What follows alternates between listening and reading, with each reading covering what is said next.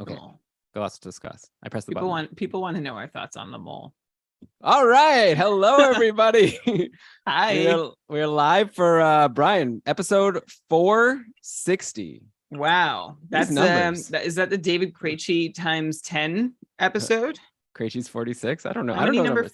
numbers. I'm impressed with myself. Like, I used to know every player's number. Now I know their fancy numbers. I don't know the numbers on their jersey. Right. Come on. That's what the other podcasts talk about. Did you catch Talking about the last numbers under stream the scheme? jersey.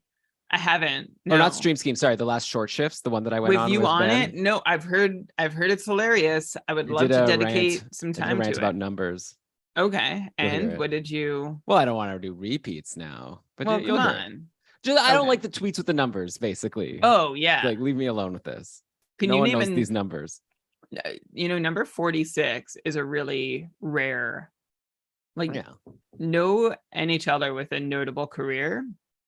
I'm looking down the list. Like, a few guys have worn it once, but I'm looking at anyone who's worn it for more than 3 or 4 seasons. The only one who's had any kind of fantasy relevance is Andre Kostitsyn.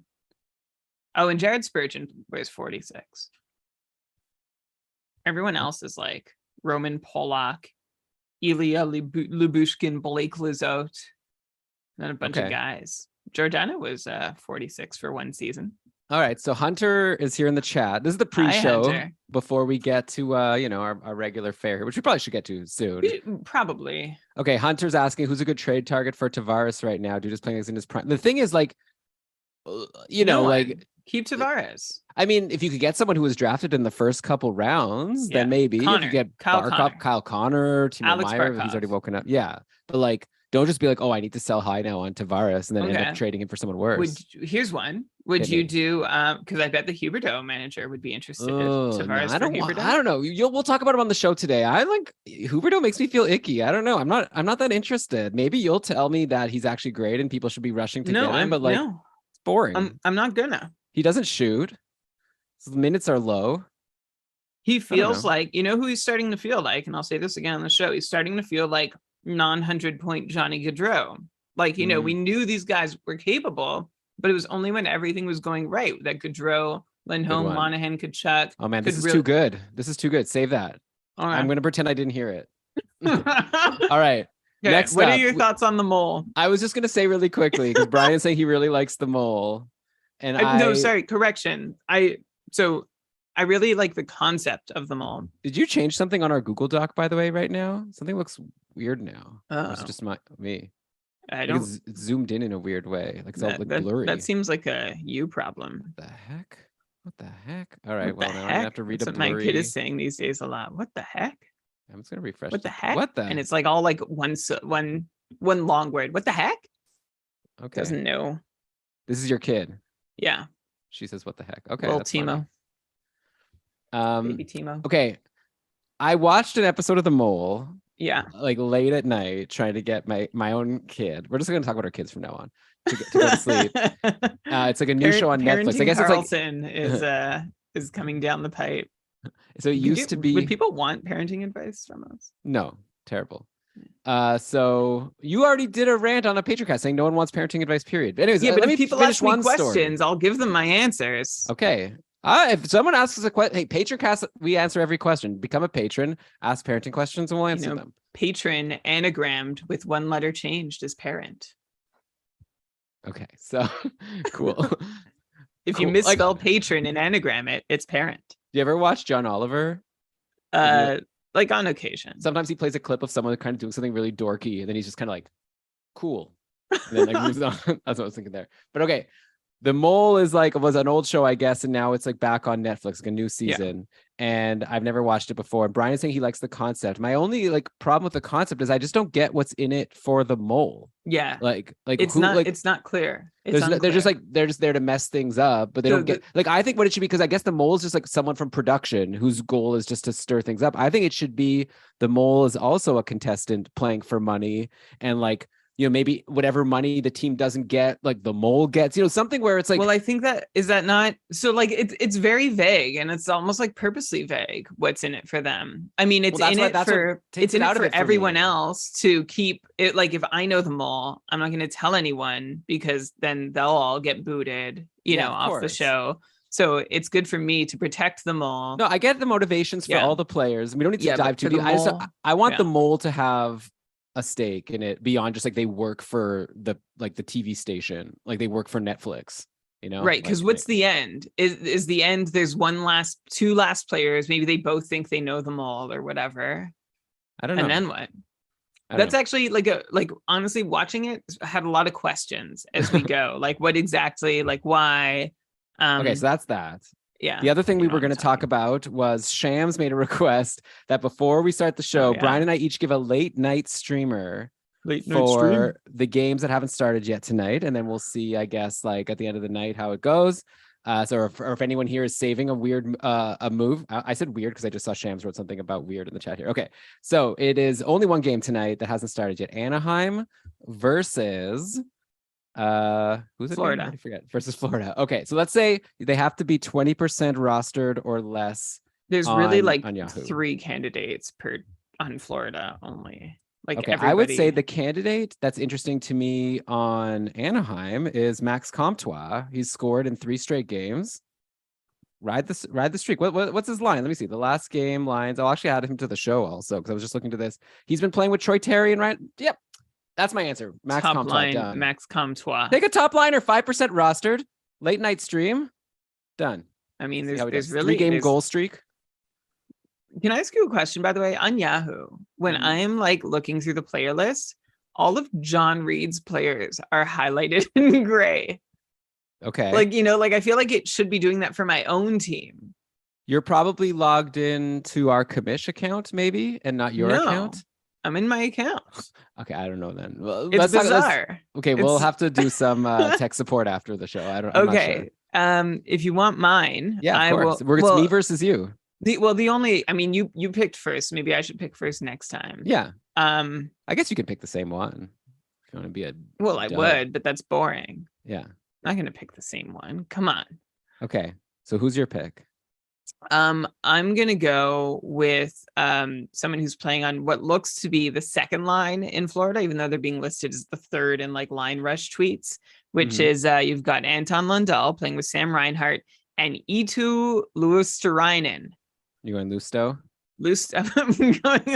Is that what you call? Is that what everyone calls him? Lusta. Eetu Lusta. All right. Because so Lusta versus Comtois. He had a goal on 6 shots in the last game against LA. I really like Lundell. Played a season high, or no? We're going to talk about him on the show too. I love Lundell. Why don't we just do the show and then we'll talk about all these guys? Oh, wow! It's almost like we should use the podcast that we have to share this information. I mean, we have the pre-show for the people watching live on YouTube, right? Which is kind of like anti. We need you. Yeah, it's anti-show. Well, it's like anti our best interest because we only get credit. Blue Wire calls us up and is like, "Hey, where are all your downloads?" And then we're like, "Sorry, we streamed on live on YouTube." Yeah, I'm just kidding. They don't do that. They don't even know we exist. But well, that's also not true. But please, it really does help us if you're listening now to download, like to subscribe, make it auto download from whatever platform you use. And if it doesn't, if you listen on Spotify, why only just on go the push play and walk away. All right, just do it. Do us that favor. Why are you even saying to do it on the platform you use? Do it on the platforms you don't use. Yeah. Subscribe on Apple, subscribe on Google. Elon is joking because that would break our contractual. Get your friends to listen. Get your spouse's all phone. The platforms. Maybe you enjoy listening to a podcast a few times on different platforms. Yeah, to see if it sounds different. We actually put a different advice on each one. Have you noticed that Spotify users win their league 60% more often than Google Podcast users? All right. I had one more other thing. Oh yeah, if you're still listening to us at this point and you haven't yet, maybe I'll say it on the show too, but like an iTunes review makes us happy. Oh, it's like a written iTunes review. We really appreciate it. It's not even like to help us. It's just like to make us feel good. Yeah. Like I screenshotted a bunch of the most recent ones for like, I was like, Elon, look, these are the new ones since I last refreshed. Isn't it nice? And yeah, it is nice. All right. It makes it all worth it. Yeah. I need something like that because I'm not doing well in fantasy this year. So I need some others positive. It's a good learning experience. Okay, we'll talk about it on the show. All right, here we go. Let's start the show. Yeah.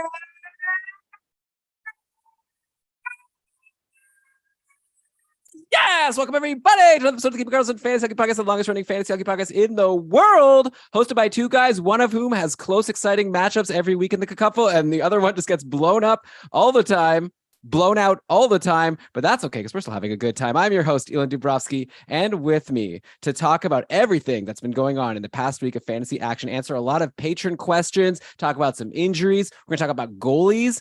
We're going to talk about all the positions, but we're going to start with goalies. Anyways, the person with me who's going to do all this is your friend and mine, Brian Combe. Hello, Elon. Hello, everybody. It's lovely to be with you for another week of fantasy action where, yes, we are going to, like, for me, it's coming down to the wire again. Last week, I won on a game-winning Shea Theodore assist to Jack Eichel, and then had to watch the Anaheim-Toronto game with bated breath until Trevor Zegras put it away and ended it because my opponent had Tavares and Terry in that game. And like just seeing that game end was the best thing ever. So I just squeezed by less than a shot on goal. So one more shot for Terry Tavares would have been cooked. This week is shaping up similarly. It's fun. I like it. You know what the worst thing is though, Elon? Do you remember my opponent, Sammy, in Tier 3 Binghamton of the Cupful, kkupfl.com, had a stat miscounted. Like Yahoo did a stat correction on Monday, but it came in too late for it to be counted towards the matchup. So Sammy was actually the rightful winner of the matchup, and I'm skating away with my I don't know, is that 45 hundredths of a point victory. Is that a Yahoo thing, or was that like on all the platforms? Like, I guess with Fantrix, you can make the setting for if you want it to like go back and update it or not. You have like some more configuration, but I think it's like the NHL. It's not the Yahoo, right? It's probably the NHL, updated the stat. Yeah, they updated the stat too late, which is crazy because I think it was a game from the very start of the week. But of course, you know, if I saw that number different, I might have made different choices through the week. Maybe my opponent would have too. Anyway, good game, Sammy. And right now I'm going toe to toe with Corey Sea Dog right now. Yeah. So good luck to me. Well, I just got killed by BrandonWeeb.com this week. This is a new experience for me, Brian. I'm trying to take it in and learn something because I've actually never not made the playoffs in all my experience in Cupful, pretty much any fantasy league, from being honest. And it's not going that well for me so far. And I think it's a good, I'm proud of myself for not being as stressed out as I normally would be. Maybe it's because I've got like some other stuff going on in life. That's not an excuse, And I'd also, like, now I have a fun challenge. I have a team that's not that great. I'm going to see if I can turn it around. I keep making bad moves. It would help if I didn't drop Kuzmenko a couple weeks ago. That was really dumb. But you do that sometimes, and sometimes it really works out for you. Like you are very brave with your ads. Like you dropped Ryan Hartman. I think you were one of the first to drop him. That hasn't hurt you at all. You traded Josh Norris. That didn't hurt you either. Like you make some aggressive moves, and I feel like they work out more often than not. Yeah, the problem is I've made some aggressive drops, but all of my ads have been not great. So that's not helping me. There's like Cole Perfetti, Shane Pinto look like they should be in good spots and to produce, but like we'll talk about them on I don't know if we're gonna talk about Perfetti. Perfetti's like in a good spot. He gets an assist every now and then, but it's like for fantasy, I'm starting to realize like not that good. Like he doesn't shoot enough. He doesn't do anything. And then Shane Pinto in this great. Anyways, I've had a few ads like this that just haven't kind of worked out. But you know what? Whatever. I'm going to try my best. And if I lose, I'm still going to have a good time. Still going to do this podcast with you every Sunday, talking through what's going on in the NHL, because that's what makes this all so fun. So let's get into it, Brian. Of course, after one last thing, which is to mention that we are presented by DobberHockey.com, your number one fantasy hockey website out there. It's cool to be able to say that every week because I've been using that site forever. Frozen Tools, amazing. I use that to prep the show. I love their new Dobber News Twitter feed. Super handy. Let's check it all out. DobberHockey.com. But okay, with that, Brian, like I said in the intro, I want to start with some goalie talk. Okay, we got a lot of goalie news going on. We got injuries, got some interesting hot and cold goalies. But let's start obviously with the biggest news of the week, which is that Ilya Samsonov was hurt in Toronto's 2-1 win over Boston yesterday. He got hurt on a Brad Marchand penalty shot. It's a knee injury. My sense is we don't know the extent of the injury yet. I think there was a quote today saying it's like at least a week, maybe longer. So, not great. Which is too bad. Samsonov having a nice bounce back season over on Toronto. 6 wins, 921 save percentage through 8 games. We've also seen some news today that Matt Murray with that groin injury is maybe like a week away. But I'm going to tell you something, listeners. I'm pretty confident that Matt Murray will not be back in a week. Just a guess. And I think if he does come back, he might not stay in the net for a week. I don't have much confidence in Matt Murray's health. I'm just going to say that off the bat. But like, obviously, if Matt Murray's in your free agency, now's a good time probably to stash him because once he's healthy, he's going to play, especially with Samsonov hurt now. In the meantime, we've got Eric Shalgren playing today versus Carolina, and it looks like the game is over. And I was going to come on and just totally bash Eric Shalgren, who's, by the way, spelled Kallgren for people searching for him on Yahoo right now, saying he's not a very good goalie, but he had a good game today, actually. He's up 29 of 30 in this 3-1 win over the Canes. So before that, he stunk. But now, I guess, well, whatever. He's the starting goalie, and he had a good game now, so he'll get the next game. And probably you want to go get him for the short term while we're waiting for either Murray. And by the way, like I said, I'm not too confident in Murray. So if Samsonov's hurt a long time, I wouldn't be surprised if Shalgren ends up playing a lot. The backup today was a guy named Keith Petruzzelli, who wasn't even signed by the team before this injury. He got signed, called up. He's actually having a really good season in the AHL. He's 6-0 with a 922 save percentage with the Toronto Marlies. So Brian, I guess we have to just be recommending for people to go and grab Eric Shalgren for the short term, right? You sound thrilled to be doing that, Elon. And like, I know the thing with the Leafs goalie, even in the best of times, it's challenging. When is the last time? It's been basically a calendar year since Jack Campbell started last season so hot that a Leafs goalie has really been consistently reliable for you. And there is the trouble with being a Leafs goalie is that you're playing behind a team that's really tight defensively, a little less so this year, but generally still in the top 10 teams defensively, according to expected goals against at even strength. And that means you might only face 20, 22 shots a night, which means if you let in 2 or 3, you might still win, but your save percentage won't be so awesome. And that's the challenge for anyone in the Leafs net. And right now that challenge belongs to Eric Shalgren, who, before I looked at his numbers, Elon, I was definitely going to come on and say, well, I can't rely on Eric Shalgren. I have no interest in even thinking of relying on Eric Shalgren, given the problem of being a Leafs goalie and the fact that so far this season, going into tonight's games, Shalgren had 3 starts, 0 of them were quality. Last season, he had 12 starts, 5 of them were quality, so 42%, 880 save percentages for his career.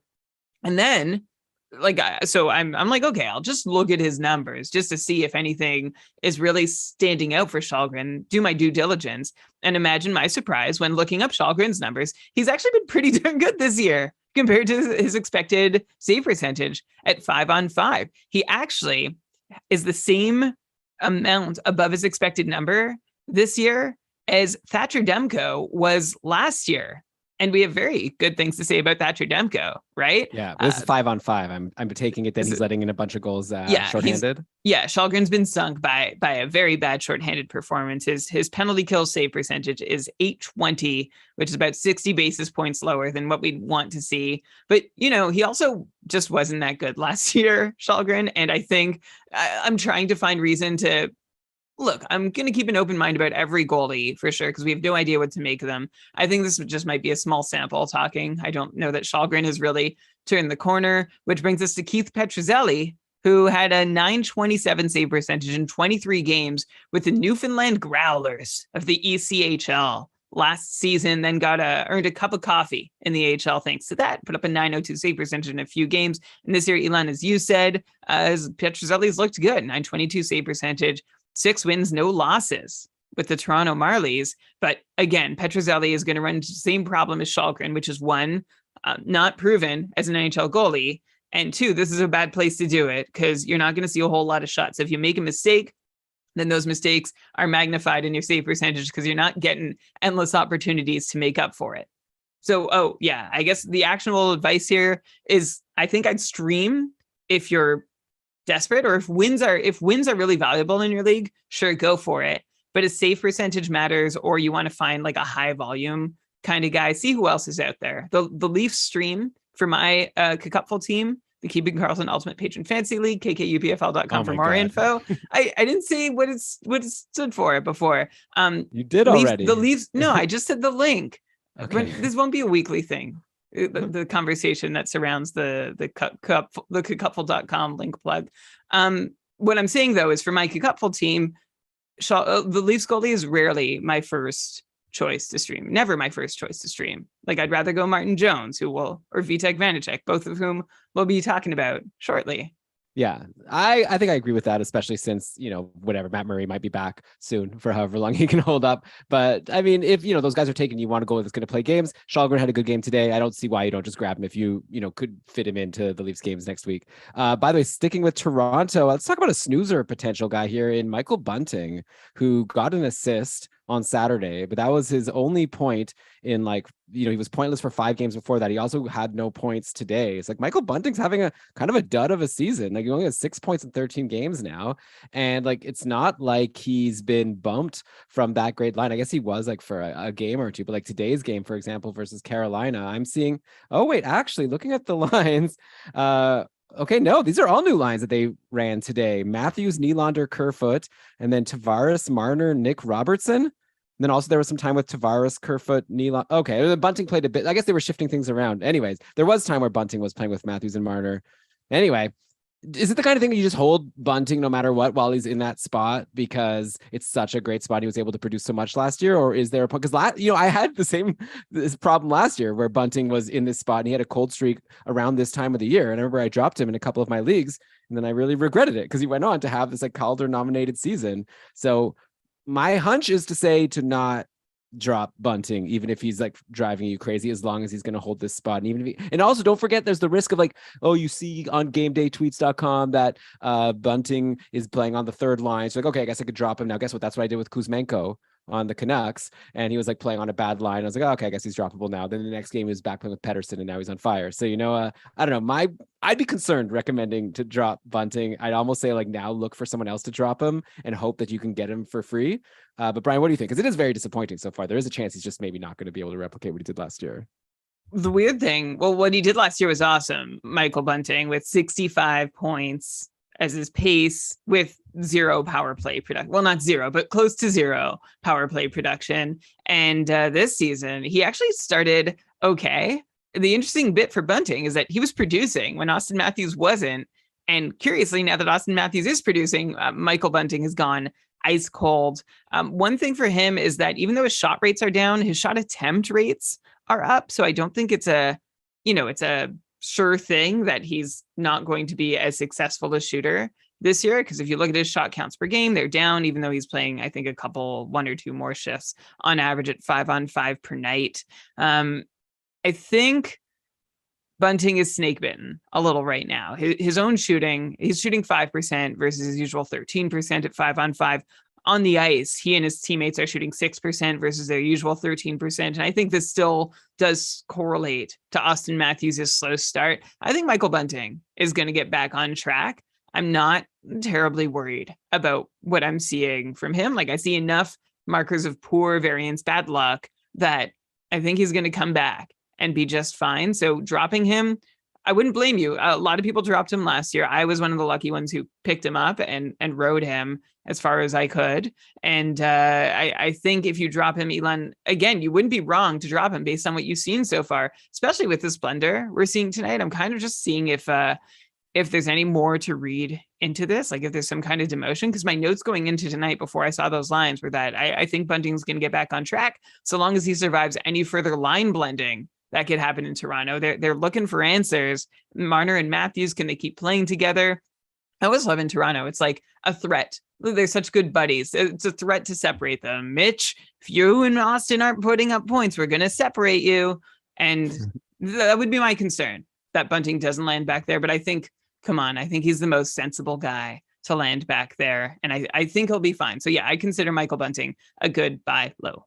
Yeah. And if you do want to drop him, maybe if you're in the type of league where you think you can drop him for now, just make sure you have him on your watch list and ready to grab back, before someone else does. But anyway, all right, let's move on. I just might want to see him get off this 4th line first. He's definitely been demoted. Yeah, well, so we'll have to see what happens for the next game. Go and check out gamedaytweets.com. We'll definitely keep you updated there. Shams always with the retweets. So let's go to New Jersey now, because remember, this is the goalie section of the show. So, and when I say it's the goalie section, we're obviously going to veer around once we're on a team. But let's go to New Jersey now. Mackenzie Blackwood was hurt on Tuesday. Apparently, he's going to meet some doctors next week. So we'll find out. Hopefully, he has a good meeting with his doctor. In the meantime, Vitek Vanacek is red hot. He's got 5 wins in his last 5 games. Wait, I wrote 5 wins in his last 3 games, and that can't be right. But now let me just get the right number here. Sorry. Who wrote these notes?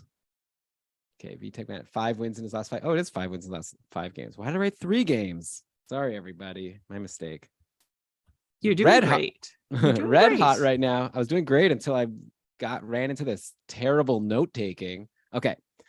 Red hot right now. 5 wins in his last 5 games. In fact, if you take out his pizza to start the season versus Detroit, Vanecek's been a 933 save percentage goalie with a 1.64 goals against average since. Like, he's been great all year, and his numbers just aren't that great just because of how badly he fared in his first game, letting in 5 goals on 22 shots versus Detroit. But yeah, like, he's been great. Now Blackwood is hurt, so it's like, wow, there's no reason that Vanecek should be a free agent anywhere, right? Like, I like New Jersey, they score a lot of goals and he's hot, and now he doesn't have any competition. We'll see what the doctors say about Blackwood, but I feel like, yeah, definitely if you're looking at Shalgren or Vanecek, definitely I think it's Vanecek, no question, right? Yeah, I would take Vanecek for sure, especially because I know you have your doubts that Matt Murray is gonna get in the lineup anytime soon. But if he does, then that's it for Shalgren. And even with Shalgren, it might be that's it for Shalgren. Meanwhile, Vanecek has been doing great, and he's the guy. While the Devils wait for answers on Mackenzie Blackwood, Vanecek gave up 3 goals on 30 shots against in his last outing, but that was after 4.5 games where he gave up, like, the half was because he came in for Blackwood when Blackwood got hurt. But in those appearances, Vanecek gave up 2 goals or less each time. And that's awesome for Vitek Vanecek. It's not something he does with regularity. Like, this is a guy, we've talked about his inconsistent streak. You can't rely on Vitek Vanecek, but I also kind of see him right now. Well, first, he's on a team that's going to win. I actually don't see him as so different than those Toronto goalies. I like him better than Shalgren because he's had good runs in the NHL before, whereas Shalgren hasn't. But similar to Toronto, Vanecek is on a great defensive team that should offer him pretty good run support and protection. Actually, New Jersey right now has the best defense in the league at 5-on-5 right now. They and the Hurricanes are in a class of their own in terms of team defense at even strength. But again, you're in this classic problem where Vanecek might only see 20 or 25 shots. Because of that, he'll give up 2 or 3 goals, and he might get you the win. Again, so where wins are weighted heavily, Vanecek is more valuable than in leagues where you're getting save points, that are some version of save percentage. So that's the thing to look out with Vanecek. Like, I didn't race to add Vanecek in Cupful, one, because I didn't know if I was going to need the ad later down the road, but also because I was nonplussed by Vanecek's track record, his inconsistency. Right. Can I push back a little bit if you don't mind? Yeah, but let me just finish that thought. Sure. Like, in the Cupful, we have a low reward for a win. Right? Like, it's not a huge reward for a goalie win. You get 2 points. It's the equivalent of 4 shots on goal. Mm-hmm. So, like, for me, I want a goalie who's going to face a lot of shots and do a pretty good job of stopping them.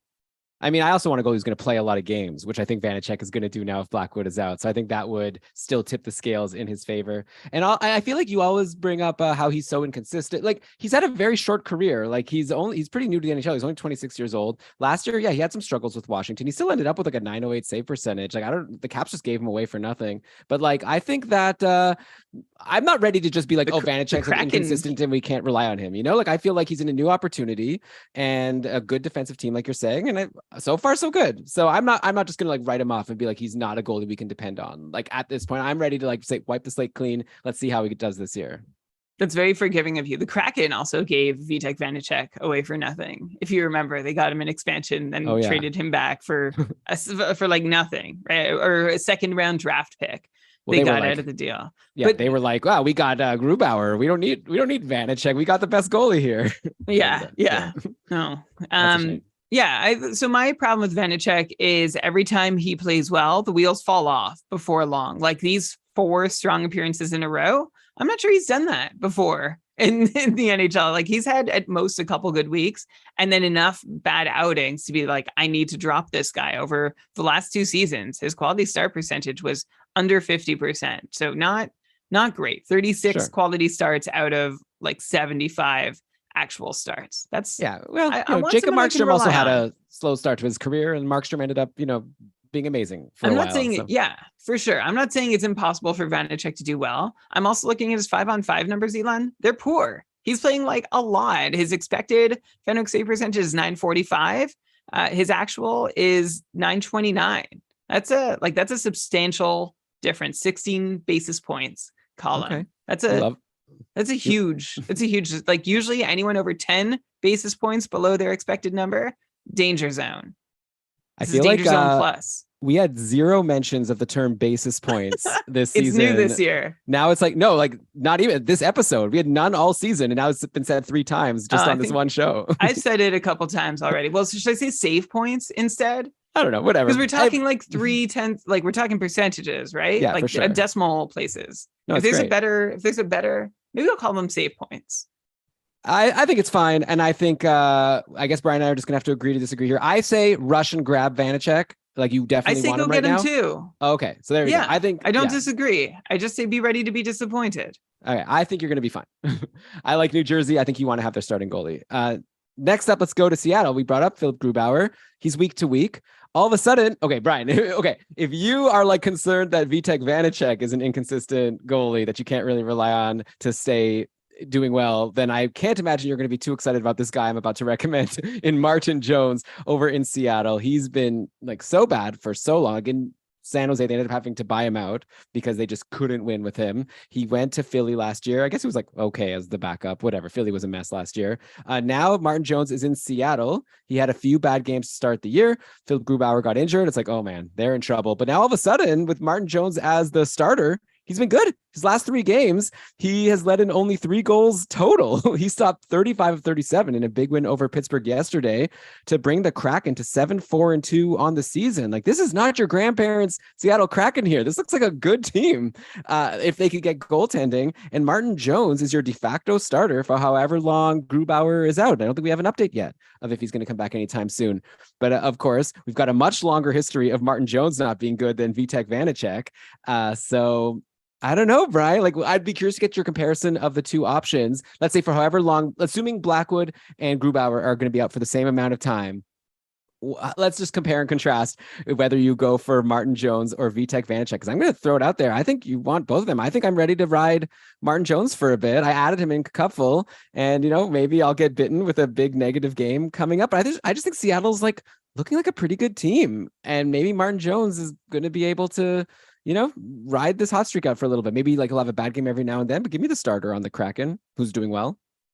Well, yeah, exactly. That the last part is key. Give me the starter on the Kraken has not been a winning strategy ever since their inception, but give me him if he's doing well has rarely been an option. But Martin freaking Jones, this guy keeps rearing his head. It's Elon. I feel like Martin Jones has to be one of the most discussed players on this podcast over recent years, which speaks to Jones's inconsistent nature when we have to constantly revisit and add data and update our view of him. He's good. He's bad. He's awful. Maybe he's good. Is he worth a shot? Huge opportunity. You can't even add this guy. I don't even want him if he's starting. Now he's a must-have. This is the story of Martin Jones. And the truth is, Martin Jones has only ever looked actually good for any stretch of substantial time.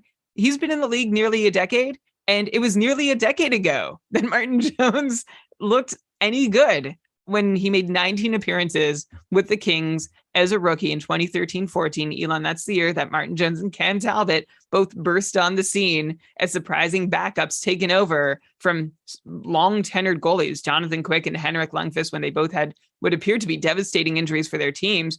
Martin Jones, Cam Talbot came in to save the day, cashed in on big contracts shortly after. But Martin Jones has not been good since that moment as a rookie. Since then, Jones has slid from average to awful. It's not quite awful, but still decidedly not good. Jones is the kind of guy you could just barely tolerate if he was getting you wins, which he wasn't in recent years with the Sharks and the Flyers. But this year, Martin Jones, different. Yeah, maybe this year, Jones is actually off to a really good start at 5-on-5, and there is a job very much available to steal. We've just never seen him go very long without stumbling. That said, if Jones can regain even average goalie status from form from earlier in his career, that should be enough to get, even with a healthy Grubauer who was downgraded from, maybe he'll be back soon, to week. It's never a good sign. Maybe Jones, even with Grubauer healthy, if he holds up, big if, could get 2 out of 3 starts the rest of the way. Versus Vanacek. I just want to clarify also about Vanacek. I said in our little private chat that we have going on Discord that grabbing with our network crew that Vanacek is like a winner's move. Cause I was asking like, oh, should I? It's where I ask for advice sometimes and I don't want my opponents to see. And I wasn't gonna, but I knew that some shark was gonna go out and be the one to get Vanacek, like someone hyper alert and competitive. And sure enough, one of the teams that I know to be one of the most competitive in my division did get him, but I ended up with Martin Jones as my consolation prize. And I think you know what, Elon, between them, I don't know. I think they both fit the same profile. I will say that at 5-on-5, Martin Jones has been better. As far as like team quality, the Devils might be the best team in the NHL, Elon. I'm just gonna put it out there. They like if you're going by like I already said, they're the best defensive team at 5-on-5 by expected goals against rates, and they in Carolina are basically the only teams that are elite ahead of the rest. And the Devils are in a class of their own in producing expected goals per 60 minutes, like completely on their own. They're doing incredibly well in that respect. They've been submarined by bad goaltending, which suddenly when Blackwood plays well and Vanacek plays well, oh, look, we are convinced that this is an amazing team. So I think I might want Vanacek if I'm in a wins heavy league. But if I'm looking for an edge and save percentage or even just volume, I might lean Martin Jones. The Kraken are still like a mid-pack quality team, which is good. Like that's a compliment to the Kraken, and they're still a top 10 defensive team too, right in the same neighborhood as the Leafs have been so far this year. So you know what, give me Martin Jones just because just maybe he'll get an extra 5 to 7 shots a night, and that'll be enough to make up for the lousy goal that he inevitably lets in. Okay. I mean, it's definitely close to a coin flip. I would go Vanacek because I'm still concerned about Martin Jones being like really terrible and he's just somehow had a good week. But who knows? And wins heavy league, I'd go Vanacek. Like if values on wins, Vanacek. If values on save percentage, Jones. By the way, this is why we get tweets a lot of the time asking us, like someone will be like, oh, my goaltending sucks. Should I trade Tage Thompson? This is like tweets we've gotten this week. Like, should I trade Tage Thompson for a goalie? Should I trade Rupe Hintz for a goalie? It was even for like not even that good of a goalie. One of the tweets we got, but it was like, Binnington, like someone's struggling. It was like, now's my chance, whatever. And like wanting to offer these like amazing stars. And my first suggestion is always like, who's in free agency? Because like, you know, you could trade Rupe Hintz. I guess I should say his name right. You could trade Rupe Hintz, one of the like on one of the best lines in the league, for Binnington, or you can get Martin Jones or Vitek Vanacek, one of these other guys we're going to talk about, like for free, and just ride the free agency. When they start to stink, switch to someone else. So for me, like if you're going to tweet at us with a question like that, we're happy to try to answer. But I always think to myself, I don't know if I would trade a superstar forward for any goalie unless it's like, you know, whatever, Vasilevsky, like, you know, someone you could really rely on. By the way, since you mentioned those things about the Devils being really good, I should mention quickly, I did have it in my notes here to bring up that, like, of course, Bratt, Hughes, Hischier, all still looking great. We don't need to talk about them anymore. We've already done that a lot. But for deeper leagues, how about that? I think the fourth line or the third, I don't even know what line this is, but this line of Miles Wood, Michael McLeod, and Nathan Bastian just had an amazing week. And I'll just highlight specifically Miles Wood here. He picked up points in 4 straight games now, including 2 goals and 1 assist versus Edmonton on Thursday, then a goal and assist versus Calgary yesterday. He's had huge shot counts, 7, 2, 8, and 4 are his shot counts in his last 4 games. We're talking about Miles Wood here. He's been on the second power play also, and no power play points. So maybe you could even count on a power play point every now and then to supplement that. Nathan Bastian also has been pretty decent. He has 5 points in 4 games. McLeod 4 points in his last 4 games. Brian, what do you think? Miles Wood, anything here really quickly? Like, you know, for the people in deeper leagues, I'm sure he's still available, but probably becoming less and less available as he's on this big hot streak. Are you happy to just let your opponent go and grab Miles Wood? Or is what you're saying about the Devils being such a good team mean that you want even like a hot player on the 4th line or 3rd line? 4th line is where Miles Wood is playing by my view. And no, like I think Miles Wood makes a good deep cut ad if you're in a shots league. There's value there for sure. The way he's shooting, and he might get you a hit or 2 a night as well, but he's not playing a whole lot of minutes. His shot rates are incredible. Like they are out of this world because he's taken so many shots with so little ice time. And it's been exciting to see. Like, it's always fun when these guys come on the radar, Wood, McLeod, Bastian, doing things that we don't expect them to do. But this is a checking line. This is a 4th line checking. Like if you were going to say that the Devils are playing a top 9, these guys would not be in that top 9. They'd be in the other 3. So I wouldn't, I don't think I'd be going very far out of my way for Miles Wood. You know, he did call out his teammates. We mentioned it. Was it a week or 2 ago? And now he's stepping up. I feel like that's good. This guy's a leader. He's leading by example, but he's leading from the 4th line and second power play unit. I think the best you could hope for from Miles Wood is like a Tampa Bay Yanni Gourde, but I don't think he's going to get there. Even maybe he'll be more like a Tampa Bay Matthew Joseph. Like he plays his role well, doesn't really involve scoring. But again, Miles Wood is a good deep cut for shots on goal if those are something that can help you.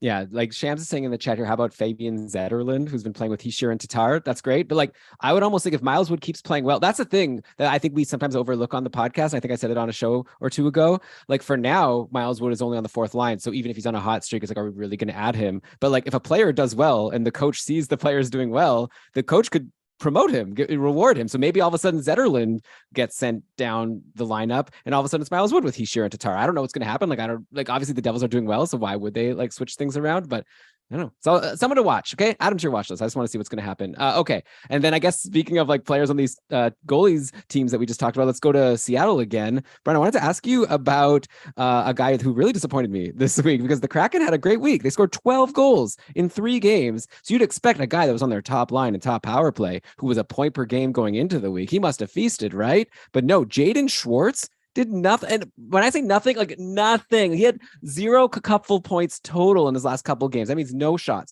no hits, no blocks, obviously no points. Just the most, I hate this. Okay. And I have Jaden Schwartz on a couple of my fantasy teams. Again, another reason maybe why I'm not having the best season so far, because I could have had Kuzmenko, but instead I held on to Jaden Schwartz. So Brian, what's going on with Jaden Schwartz? Is he a drop now, or is this just like a random blip? Like the person that we should have had, Adam K also wanted us to ask about Jaden Schwartz. The person that Adam and I should have like dropped Schwartz for this week was Yanni Gourde, who's like in the bottom 6 and who like Miles Wood said, I don't care if I'm in the bottom 6, I'm still going to go off. Gourde had 5 points in his last 3 games, including a goal and 2 assists versus Pittsburgh. He's been playing with well, I don't know. Like, I guess he hasn't really been playing with Morgan Geekie and Daniel Sprong. I guess they're fourth line. They're also doing well. Like all these random guys are doing well in Seattle. Meanwhile, Jaden Schwartz did nothing. So just curious to get your quick take on Schwartz and if he's a hold or if you drop him after these couple like donuts. It's so frustrating that Jaden Schwartz, we were hopeful for him last year. Nothing really happened. And now Schwartz has like proved himself to be legit rosterable for the first chunk of the season. And then, as you said, he done a couple big cupful donuts in a row, 2 straight cardio sessions. I don't know, Elon, what to make of this. I do know that because Schwartz has spent so little time being legit, that's not going to take a whole lot of time for me to want to give up on him either. So I'm looking at the last games, like, okay, I don't know if this is good or bad news, but Schwartz was only on the ice for 3 goals in his last. Oh, actually, I'm gonna say that from Schwartz was on because I think I wrote this down wrong. I'd have to check the stat, but it does not sound right to me. Okay. I'll do an ad break after this. Okay. It was wrong. Good. Phew. Schwartz was only on the ice for 1 goal scored. The Kraken scored just once with Schwartz on the ice over the last 3 games against who was it? Calgary, Minnesota, and Pittsburgh. It's like, right. And you could say, well, maybe they deserved more. Well, the bad news is that Schwartz's line has definitely been struggling in those last 3 performances. They've been the 3 worst shot attempt performances of the season. And I'm not even looking at shots against. Like, I don't care shot attempts against. I just want to see them fire a whole bunch on the other team's net.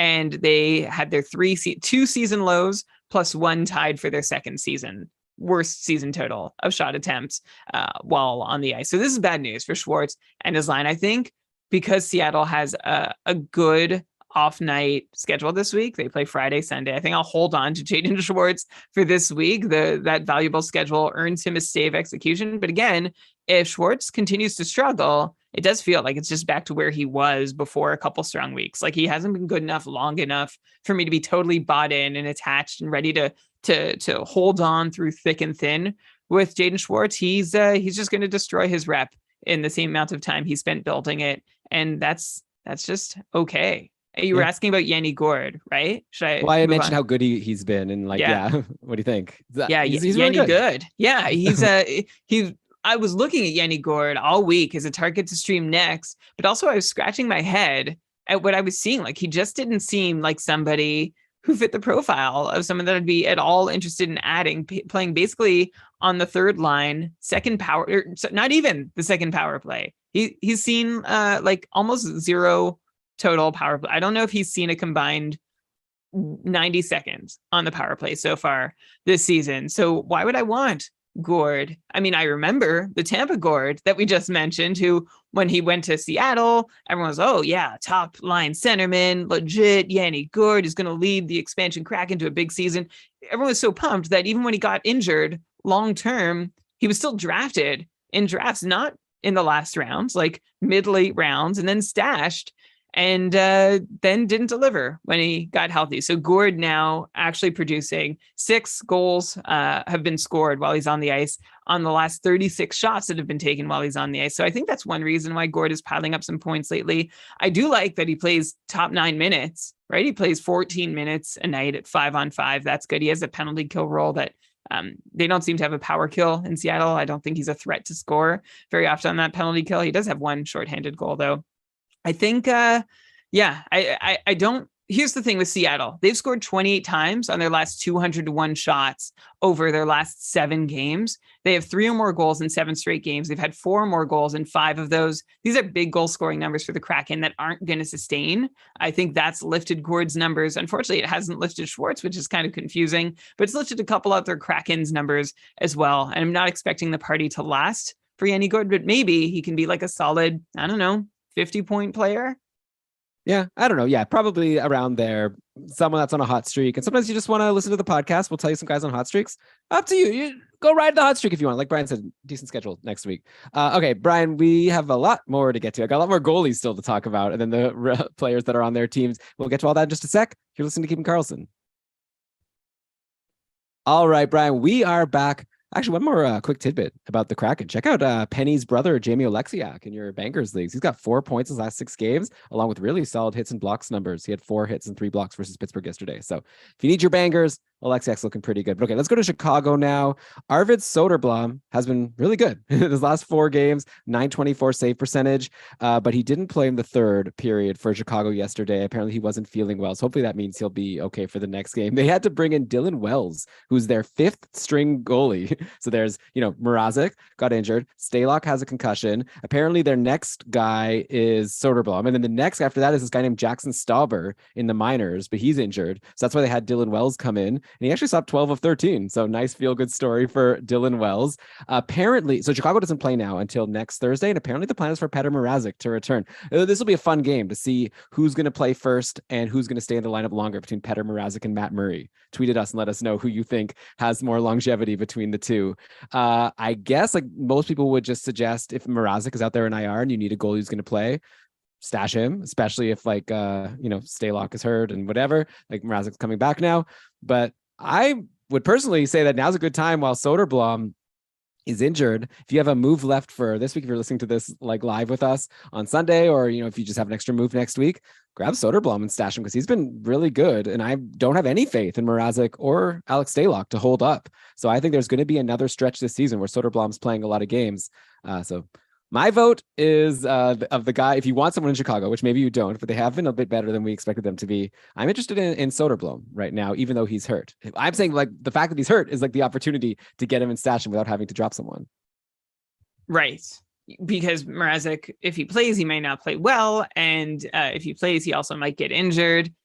I'm with you, Elon, but that's only insofar as I want any Chicago goalie. Like the best case scenario, if you're playing for Chicago, I was looking at some examples already from this year. Best case, by the way, Elon, I don't know how we haven't mentioned, I think we did earlier in the season, but Carter Hart, .946 save percentage.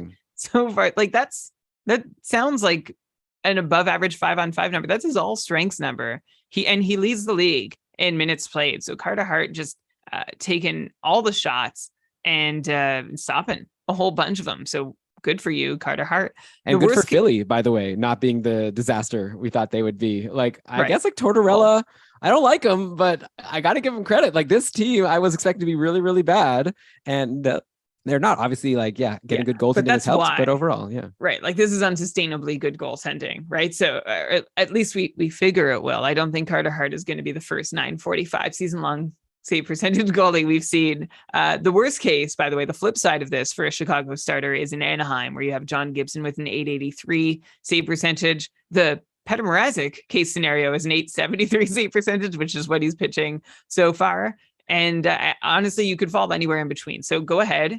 You can take a shot on Soderblom standing up well to a whole bunch of volume. Remember that Marc-Andre Fleury wasn't doing so well standing up to a whole bunch of volume in Chicago either. But he also, for stretches, was. Like, he was good for a while there, too. The team is even worse this year. Soderblom isn't Fleury, probably. At least not yet. So look, it's a risk, but a calculated one. So if volume is rewarding in your league, then you could do worse than to take a shot on Arvid Soderblom. Yeah. And also, again, that's my like sort of galaxy brain, like probably the smarter, like more basic move anyways, is to grab Mrazek if he's out there, if you want to get a, because he's expected to be back, right? So he's going to probably start Thursday. We'll see how he does. I'm not too optimistic though. Okay, let's go to Ottawa now. More goaltending talk. Cam Talbot returned for the Sens last week. He stopped all 13 in relief of Forsberg on Thursday, and then he had another good game on Saturday, stopping 26 of 28 in the 2-1 loss to Tortorella's Philadelphia Flyers. Anton Forsberg was looking really good to start the year, and especially with Talbot injured, until his last couple of games where he's kind of started to blow up. He's at a sub 900 save percentage versus both Tampa and Vegas. To be fair, those are two tough teams to play against. But yeah, Forsberg wasn't up to the task. So now in fantasy, like, what's the plan moving forward here? Like, do we just assume Talbot is the starter? I think a lot of people, like, I know you were saying that you thought that Forsberg was probably the de facto starter. I kind of always had the hunch that when Ottawa traded for Talbot, it was because they were going to make him the starter, or maybe like 50-50. Either way, I'm not that interested in holding Anton Forsberg at the moment. I think I'd rather have Talbot or neither. So what's your take on what to do with Sens goalies in fantasy right now that Talbot is healthy and he's had a couple good games?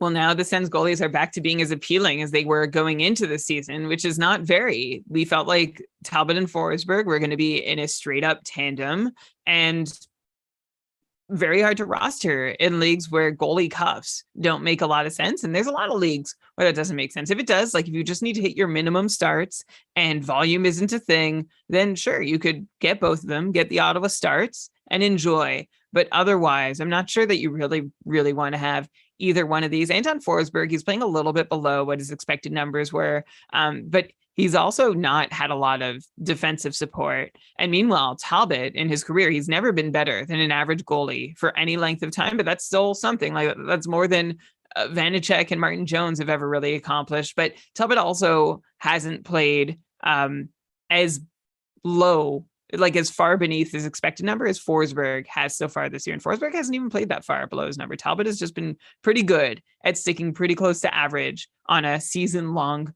basis. So I expect things to go back and forth between Talbot and Forsberg, especially because I think this D-core is likely not going to let one guy perform very well for very long. I think they're going to hang each one of them out to dry with some regularity until, maybe Pierre Dorion adds a piece to solidify the defense, or DJ Smith behind the bench finds a way to adapt, or a different coach gets behind the bench and finds a way to adapt. But I think those are reasons why neither Talbot nor Forsberg are going to be able to take the job long term, is because the defense in front of them might just not let them play so well. So that's my take. I'm not looking at one as being any more valuable than the other. I really see them as equally valuable, which is not a great look in a lot of fantasy formats. Yeah, Shams is asking here in the chat, you're really pulling the ripcord now, not waiting a few games to see it out. No, like I think that I'm just giving you my prediction that I think it's going to be 50-50. I guess if Talbot gets hurt, but like Talbot came and played okay.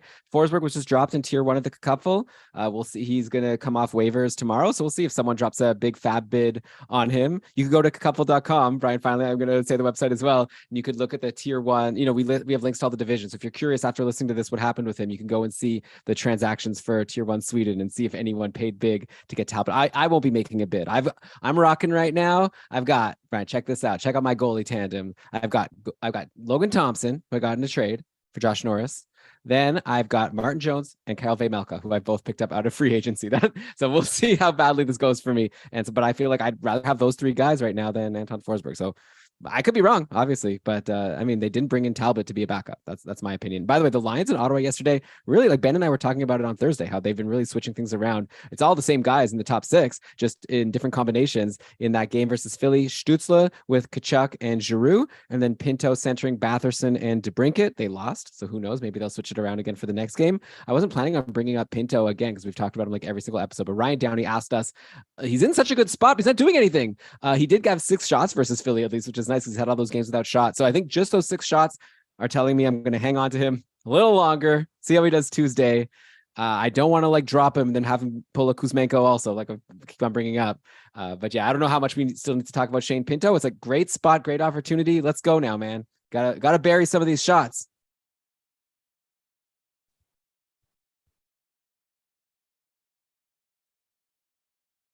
Are you here? Sorry. What Yeah, happened? sorry, I'm here. Have you been in the chat or something? No, I was reading something else. Okay. Hockey You're a little related, but I just- multitasker. When I'm podcasting, I'm really I focused know. on the podcast. Well, a little All bit of right. Yeah, adult that's impressive. ADHD goes a long way. I'm sorry. I'll try to be more interesting for the next one. No, it's not. I am listening to you while While okay. reading. Yeah, I am. Sometimes I find a good tidbit to share on the show. Okay. I'm impressed. All right. Pinto, score some, gotta start cashing them in. I'm saying, like, I can't keep recommending the guy if he's not been doing anything. Yeah.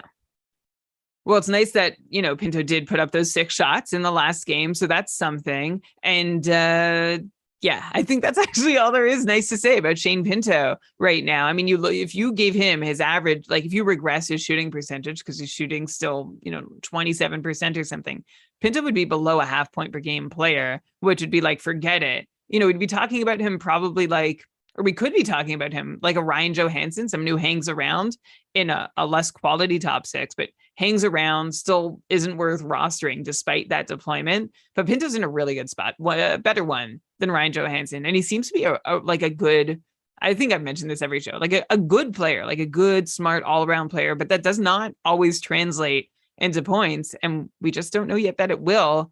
But the fact that Pinto's playing on line 1B and a power play 1B situation, like he's really hard to pass up. Pinto's the kind of guy that you could probably get away with dropping for now, but it's going to be a race to add him once he strings a couple points together, which will happen. And then once he strings a couple points together, it's going to be a matter of whether it stops and starts over and over or goes smoothly out. Basically, we don't know what's going to happen with Shane Pinto, but it looks like he's too good a player and in too good a deployment situation to not produce, at least for a short stretch. So his numbers so far they're not terribly impressive. They don't scream, this guy's going to deliver like other guys we've seen in the past who we sort of called them a little bit before they came along. Not seeing that yet with Pinto, but I don't know. If I had extra room on my roster, I'd be holding on for another game or two and seeing if he can deliver. But I definitely understand if anyone's losing patience at this point, especially if he's not putting 6 shots on net again. If he goes back to taking none or 1 shots a game, then he's going to be a pretty easy drop despite his deployment.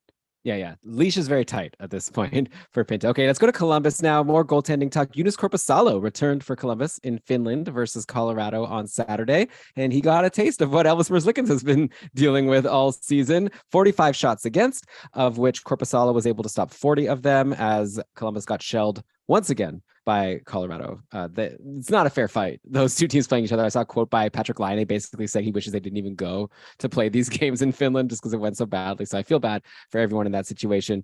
Merzlikins, yeah, like I said, did equally terrible in the game on Friday. That, like, anyone who had Merzlikins on their roster basically got a 7 goals against game versus New Jersey back on October 30th, then held him all week for just one game on Friday where he let in 5 goals. And now if you're still holding on to Merzlikins, you're holding him all the way until next Thursday, where you're hoping that he'll finally not let in 5+ goals. And I just don't know how likely that is, Brian. I dropped him in our league that we're both in together, and you added him. So I'm curious to know, like, what your plan is. I'm not judging. I'm curious. Like, are you going to hold now till next Thursday, or as To Kachuk to Chuck asked in our Discord, just like, what's going on with him? Like, I'm curious. So what's your plan in general, and what do you think? Is there any hope here?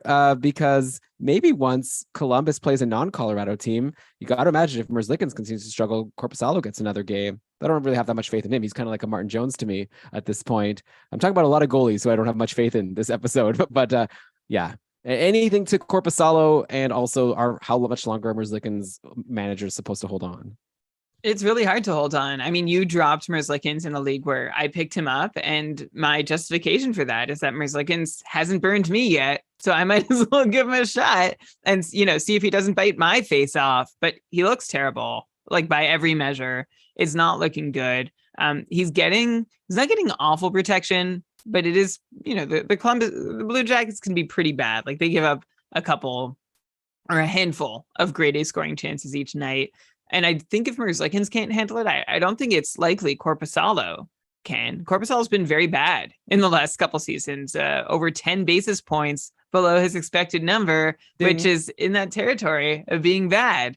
And Korpisalo, for that reason, has been limited to backup duty behind Merzlikins. If he couldn't beat Merzlikins then for the job, could he now? The door is open, but I wouldn't expect Eunice to corporatalize on this opportunity. Outside of his rookie season in 2015-16, where Korpisalo appeared 31 times, he's never, ever played at or above his expected save percentage, has often played a fair deal below. I'm not optimistic that Korpisalo, if Elvis can't do it, I don't think Eunice can.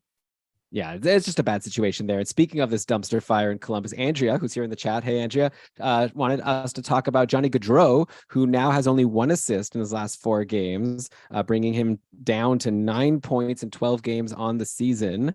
Yeah, not great. Maybe I'm willing to throw out these last couple of games versus Colorado. Like, they were just totally outmatched. Maybe, once Columbus plays slightly easier competition, Gaudreau will start doing a little bit better. But I kind of at a point now where I see point per game as like a big success for him. Like, I think like point per game would be Gaudreau's ceiling in terms of what I'd be expecting from him. And I think it's possible he can still do that, but definitely nothing near the like 100+ points that he did last year. So Brian, what do you think? Is there any reason for hope for any more than that at this point? Or is even like point per game starting to look like a bit of a stretch?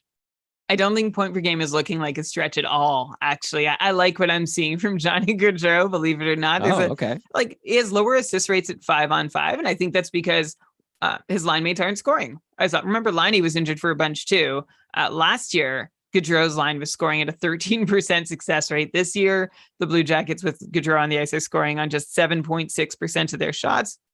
It's a big cut, and I wouldn't expect the Blue Jackets to score on 13% of their shots again with Gaudreau on the ice, but maybe like 9.5%. 10% is not unreasonable given the talent between Gaudreau, Liney, and Jenner. They're all playing together. The real problem, by the way, with Gaudreau, and the reason I'm not that concerned about what I've seen so far, is that Gaudreau has 0 power play points so far. 0. He hasn't had a point with the man advantage. And maybe you're like, well, Brian, that is a reason to be concerned. Why is that a reason to not be concerned? I'll tell you why. It's because Columbus on their power play, they're shooting only 5%. All right. They've converted on just 6% of their opportunities. The Blue Jackets are 2 for 33 on the power play. Gaudreau himself has 1.5 expected goals. The Blue Jackets themselves have more expected goals than the 2 that they've actually scored. And so I actually looked and I compared how the unit was performing in Columbus this year, the top power play unit, compared to how they performed last year. And they're actually doing better. Like, they actually look more dangerous according to expected goals rates than they did last year. So I was going to say maybe they're still trying to figure it out and how to be dangerous and how to make this work. Maybe that is a small piece of it, but they're actually looking really good. They're just not converting at the rate they probably deserve to. So if I were to regress that Columbus power play to a better conversion rate, which would be like 3 to 4 times what they've converted on so far. So, let's spot the Blue Jackets another 4 or 5 power play goals. Assume Johnny Gaudreau would have pointed on at least 3 of them. Boom. He's at a point per game pace. It's just that easy. Yeah. Like, good for Gaudreau, to be honest, for having 9 points in 12 games without any power play production. I think that's going to come. I think it's a nice buy low in Johnny Gaudreau for anyone who's thinking the sky is falling. Because Gaudreau is still landing right around our preseason projection of a point per game player. And I don't see any reason to move off that. Okay. Well, good.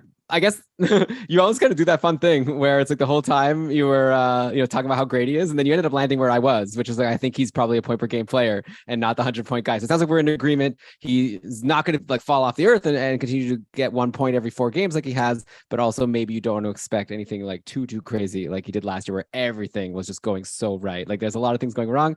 Brian's brought up lots of reasons to expect some of those things to turn around and be less wrong, including some more power play points. But yeah, I'm with you. I think he's around a point per game guy. And as long as that's your expectation, I don't think he's going to disappoint you too much. And if you could get him for cheaper than that, yeah, sure. Yeah, buy low. Okay, back to some more goalie talk. Tweet from Philip Johansson asked us, at Keeping Karlsson, is now the time to drop Markstrom and Frederick Anderson and pick up Husso and Skinner? Which is kind of like, to me, like right away, I want to be like, no, like obviously not. That's 2 like goalies who were like in like the top couple tiers for us, which more goalies broke last year for a couple lower. But let's look at the data here. Jacob Markstrom has been really bad lately. He's led in 3, 3, and 4 goals in his last 3 games. He's only got a 900 save percentage on the season. Frederick Anderson has actually won 5 of his 7 games. But Brian, this is the quintessential example of what you were talking about before with some other guys about goalies on teams where they just like don't let in so many shots. So even if Anderson's had a couple games this season where he's only let in a couple goals, but still had a save percentage less than 900, just because Carolina is so good at suppressing shots. So his save percentage is 894.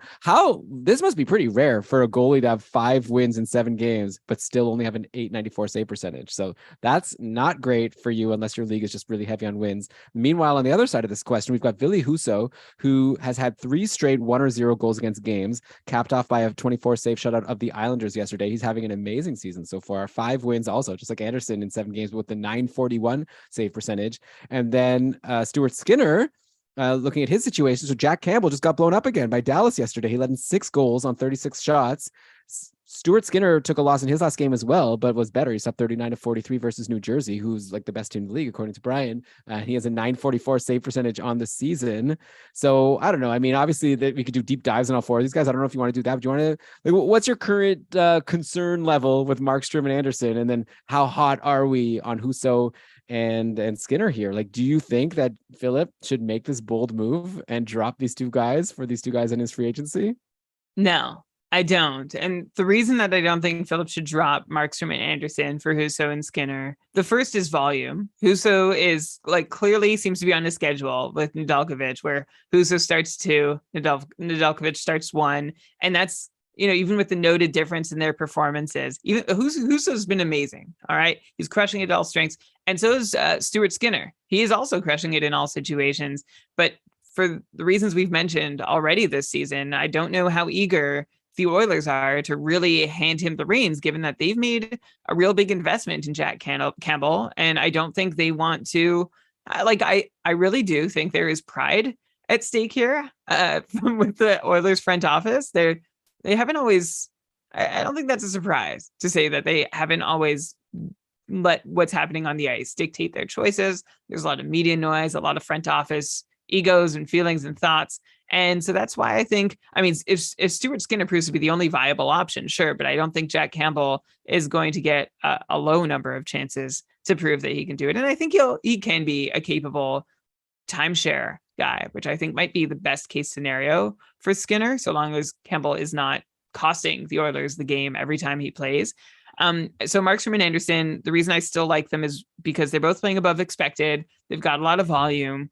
Markstrom's actually doing fine at 5-on-5. Actually, I think the Flames are still adjusting and tinkering and figuring out how they're going to play. Their defense has slipped compared to last year, and I think that's something Daryl Sutter is still working on. And I think we see the result in Markstrom's numbers so far. But I think he'll get better protection, and I hope he'll find his groove. To be honest, like, we can't be so dead set assured that Markstrom is going to be great, but he doesn't really have a backup to challenge him, right? He's got Vladash. So? Yeah, no, I don't think he's going to challenge for starts. So that gives Markstrom a big leg up on Skinner for sure. Maybe Husso. Of course, it depends on what your league rewards. And then Freddie Anderson has been fantastic at 5-on-5, but he does have that problem where he's on a team that's really strong defensively and doesn't get a lot of shots that he faces.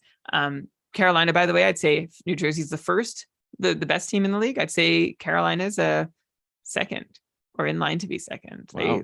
They look really good. Where's Colorado in this list? Well, if I'm going by expected goals share at 5-on-5, which is one of the ways I'm making this pronouncement, Elon, you won't believe this, but Colorado's 23rd. The thing with Colorado is, don't they like draw a million penalties? So then they could just do a lot of damage on the power play. Exactly. Yeah. So this is their 5-on-5 number. Last year they were better at 5-on-5, but yeah, they do their damage on the power play for sure. But Freddie Anderson, speaking of damage on the power play, he takes his damage on other teams' power plays. He has just a 650 save percentage while shorthanded. Elon, a whopping 150 basis points below expected, or save points. By the way, he's putting up a 759 Fenwick save percentage. So that includes all shots that missed the net too, giving him credit for those, versus an expected 908 save percentage shorthanded, which is crazy. Like, Carolina's penalty kill is wild.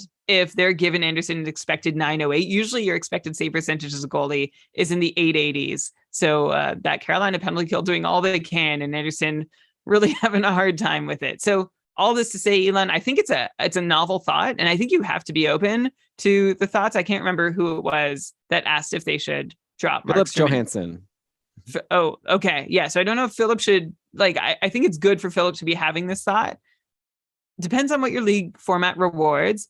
I probably wouldn't have the stones to do this. I'll stick with the two guys I know are going to 100% start the large majority of the games all season long. Thank you very much. But you have to think as a fantasy manager where your edge is, and thinking at least about making the swap will do you good according to your own league's rules. Well, remember I was telling you before about how we were getting questions on Twitter of people wanting to trade like Tage Thompson or Rope Hintz for like even a struggling goalie. So if you're like, what I would suggest to Philip is if you can get superstars for Markstrom and Anderson, and then get Husso and Camp and Skinner for free out of free agency to fill your goalie spots instead, do that, right? Like I'm agreeing with Brian. I just can't imagine dropping Markstrom or Anderson straight up, but I would love to trade them to someone who believes in them and is willing to give a really stud skater for them, and then ride those free agent goalies, because you have some good goalies there at free agency. Yes. Okay, we are in agreement. By the way, Joel is saying in the chat that no matter how little faith you have in Vladash, apparently Sutter said that he plans to play Vladash 1 game a week. So that's going to limit how much volume Markstrom can get, which I think makes sense, because you want Markstrom to be, kind of like fresh for the playoffs if they get there. It's also crazy that you're saying that Calgary's D has slipped. The whole everything in the offseason, we were talking about how wow, Calgary had one of the best defenses, and now they brought in Mackenzie Weegar and didn't really lose anybody. And very hard to predict this game of hockey, but yet we still try to do this podcast, drop 5 shows in you a week trying to predict this game. Okay, we're still talking about goalies, and we were talking about Husso. Let's talk about his former teammate, Jordan Binnington, who started strong, but he's been struggling himself lately. 6-5-4 goals against his last 3 games versus Montreal, LA, and the Islanders. Binnington is now down to an .879 save percentage on the season. Who knows? At this point, I'm starting to get tired of talking about goalies, honestly. But is this going to be another rough year for Binnington? It's now the time to buy low. What do we do here? Thomas Greiss is the backup. I don't really have much faith in him, so my gut tells me to just stick with Binnington and try to trade for him if you could get him for cheap. But I don't know. It's not looking good. He did this last year to us. Yeah, he did. And it is kind of tiresome to be talking about all these goalies, right? Because all we can do is throw our hands in the air.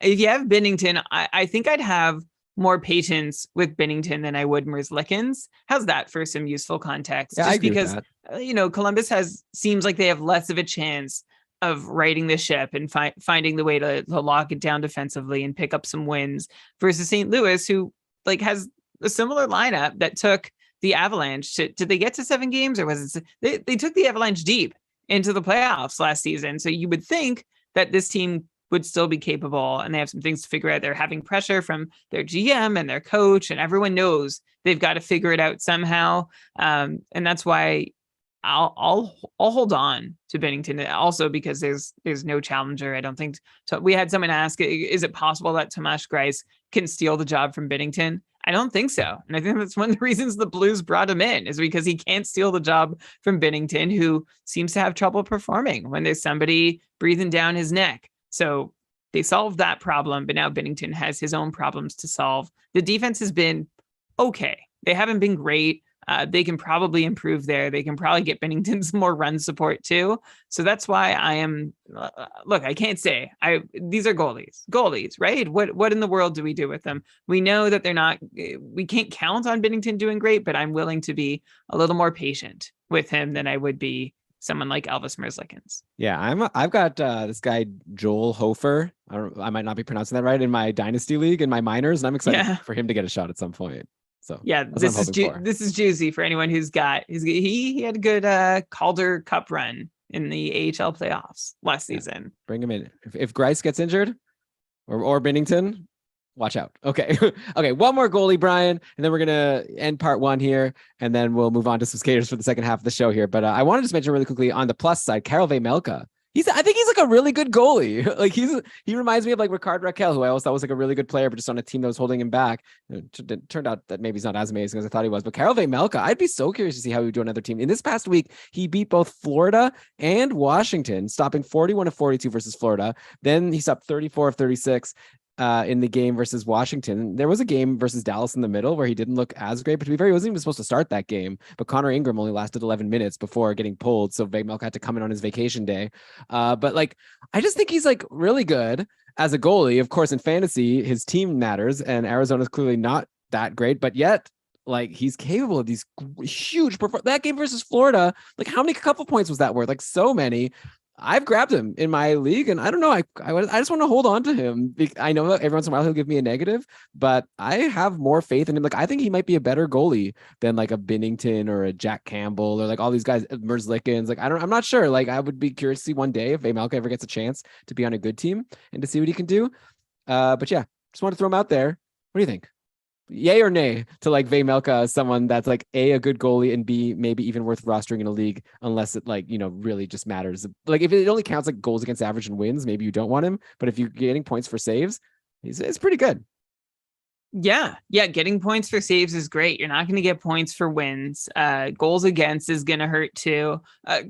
Like, Arizona barely protects the guy.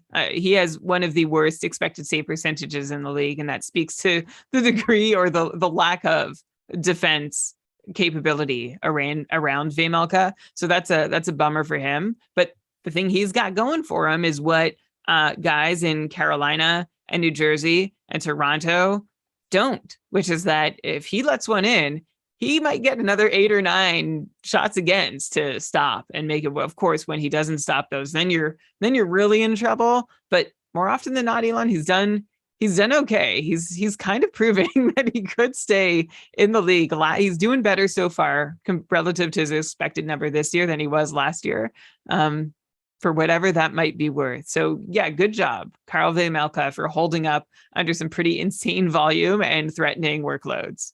Yeah. And by the way, And by the way, Arizona, good schedule. Next week, they play 4 times. And one person who's going to be in the lineup for all 4 games is Dylan Genther, who has officially like made the team for the season. They decided not to send him down after those 9 games. So congratulations to him. And hey, he's been on the top line with Clayton Keller and Barrett Hayton, or at least in the last game. He had a stretch of 5 points in 5 games before going quiet for his last 2. But now kind of interesting, right? I'll take someone playing with Clayton Keller with such a high pedigree for 4 games next week. Brian, let's say you want to stream in any Coyote. You could have anyone aside from Keller or Gostisbehere, okay? You have the whole team at your disposal. Let's say you had roster spots for him on Tuesday, Thursday, Saturday, and Sunday. Who are you taking? Okay, I'll throw some options at you. I already threw out Genther. Then you've got Lawson Krause, who's had goals in 3 straight games before yesterday, where he didn't get a goal, but he did take 4 shots. Nick Ritchie, 3 goals in his last 3 games. There's a guy named Matthias Michelli who's been playing with Krause. He has 4 assists in his last 4 games. But you've got the whole team at your disposal. Who are you streaming in from Arizona? I think I don't know, Elon. I might go. It's funny because normally I'd say, well, I'll take the guy playing with Clayton Keller, but the guys playing with Clayton Keller at 5-on-5 are Barrett Hayton and Dylan Genther. And then I would expect to see one of those names match up with who's on the top power play, but I don't. Clayton Keller on the top unit is playing with Nick Ritchie and Travis Boyd. So like, usually there's especially with such a thin roster, you would think it was easy. I don't know, Elon. I think I'll go with Lawson Krause. That's what I was going to say. Krause. I mean, 7 points in 11 games. He's got 5 goals on 23 shots, which is, it's high. Like, it's a 22% shooting percentage. But last year he held a 15% shooting percentage. So I don't know, maybe he could have 3 or 4 goals in this time. And that could be legit. And that still puts him over half a point per game. He hits, he shoots, I think, yeah. I don't know who the other, I mean, you mentioned Matthias Michelli and Nick Ritchie, I guess, would be the other consideration. He has 8 points in 11 games, but he's shooting 38% with 6 goals on just 16 shots. Michelli has 7 assists and takes, this is one of the lowest shot rates I've seen from a forward ever, 0.4 shots per game. He has 4 shots in 11 games. I guess he knows what to do, which is to pass to Lawson Krause or Nick Ritchie or someone that's has a high shooting percentage. Right, someone else who's converting at an unreasonably high percentage. All right. Well, Brian, that's it for goalies. Okay. And that's it for part 1 of this episode. We've still got a lot of fun hot streaks and cold streaks to get to, including a lot of suggestions from the patrons of Keeping Karlsson who asked what they wanted us to talk about. So we're going to get to all that in part 2. Thanks everyone for listening. But we'll take a quick break here. Go to your podcast provider and ask them for part 2. And I'm sure they'll deliver it to you. It should be available to you right now. So talk to you soon in part 2 of this episode 460 of Keeping Karlsson. Bye. Bye. Kind of. Half bye. Half bye. All right. Okay. Let's go. Yay! Yes! Welcome everybody to part 2 of episode 460 of the Keeping Karlsson Fantasy Hockey Podcast. It's the longest running fantasy hockey podcast in the whole freaking world that does 2 parts where the first part is all about goalies and the second part is all about hot streaks and cold streaks. I'm guessing. I don't know. I haven't checked every single podcast, but I'm pretty sure this is going to be a unique week for us, Brian. We've got so much to get to. So how about let's just dive right into part 2. And I want to start part 2 of this episode just like we started part 1 of last week's episode and say that Erik Karlsson is still hot. He's still doing the thing, and I love to see it. Ryan Downey asked in our, or no, maybe it's not him. Ryan D in our Discord asked us, what can you really get by selling high on Erik Karlsson right now? And my answer to him is, how dare you, Ryan, want to sell high? That's insinuating that Erik Karlsson is not the best defenseman in the league. Let me tell you, but for real though, I can understand why you're concerned. My main concern, I guess, would be like injuries, right? He's obviously a big injury risk, but the guy has, what is it now, 13 points in his last 5 games. In this last game versus Anaheim on Saturday, only 1 assist, but 7 shots. He's taking so many shots. He's doing everything I want to see. Like, he's looking like the best defenseman in fantasy right now. So if you're selling high on Erik Karlsson, Brian, we both have Chris Letang. Do you want to share the trade that you offered? Well, basically, I was gonna offer Letang for Erik Karlsson, and then also try to get even like a sweetener back with like a forward swap where I win the forward swap. And Brian told me no. He said Chris Letang's on a cold streak. He doesn't think he's gonna stay as cold. I don't know. I'm kind of regretting it. Like, I don't know. I really like Erik Karlsson. What was the forward swap? Well, whatever. It doesn't matter because I didn't end up doing. I think I was sending someone and getting back Troy Terry, and the forward swap was someone. It was a forward swap. I win, but honestly, even like Letang for Erik Karlsson straight up, I don't know. I'm really into Erik Karlsson right now, but I guess Brian would say, to answer Ryan's question, that you should try to get Chris Letang for Erik Karlsson. I don't know though. Yeah. Well, my line to you was that it's unlikely that Erik Karlsson's value will get any higher, or that Chris Letang's value is going to go any lower. So if you think you need to act today to get Karlsson, you're like, well, what if the person who has Karlsson starts believing in him and doesn't think it's just a heater and holds on to him and I can't get him? And I think that's a legit point. So maybe the window is shutting on your buy. Probably now. Since I pulled back that trade offer, Karlsson has another, like, I don't know, what is it, 7 points in 3 games. He continues to tear it up. And yeah, like he's been incredible. I don't know what to say, Elon. And I don't know if I want to try and like comfort you and be like, you did the right thing. I'm just looking at his, of course he scored 10 times on 45 shots, but the good news is that he's taken 45 shots in 14 games. This is a shooting habit that we haven't seen. 5 or more shots in his last 5 games. He's had 7 shots in 2 of his last 5 games. So he's firing away in ways that he hasn't before. He's seeing more ice time than he ever has as a San Jose Shark as well. He's seeing more power play time than he ever has as a Shark too. There's a lot he's got going for him. Even if we regress his shooting percentage, he's still not far off a point per game pace. Like, he's easily above a 70-point pace. So, and like, I keep trying to wrap this up. Just wrap it up. Say he's amazing. And he's amazing. Don't sell high. I don't see any like big problems with his numbers being unsustainable. Like, let's wait and see. Health, of course, is the biggest reason why you might want to try and get out from Karlsson before he hurts himself. That would be the thing that I would be worried about if I were acquiring him or holding on to him. But yeah, I think we're seeing legit 70-point pace, maybe higher Erik Karlsson. It's really exciting. And Elon, at least you have him in one league. Yeah.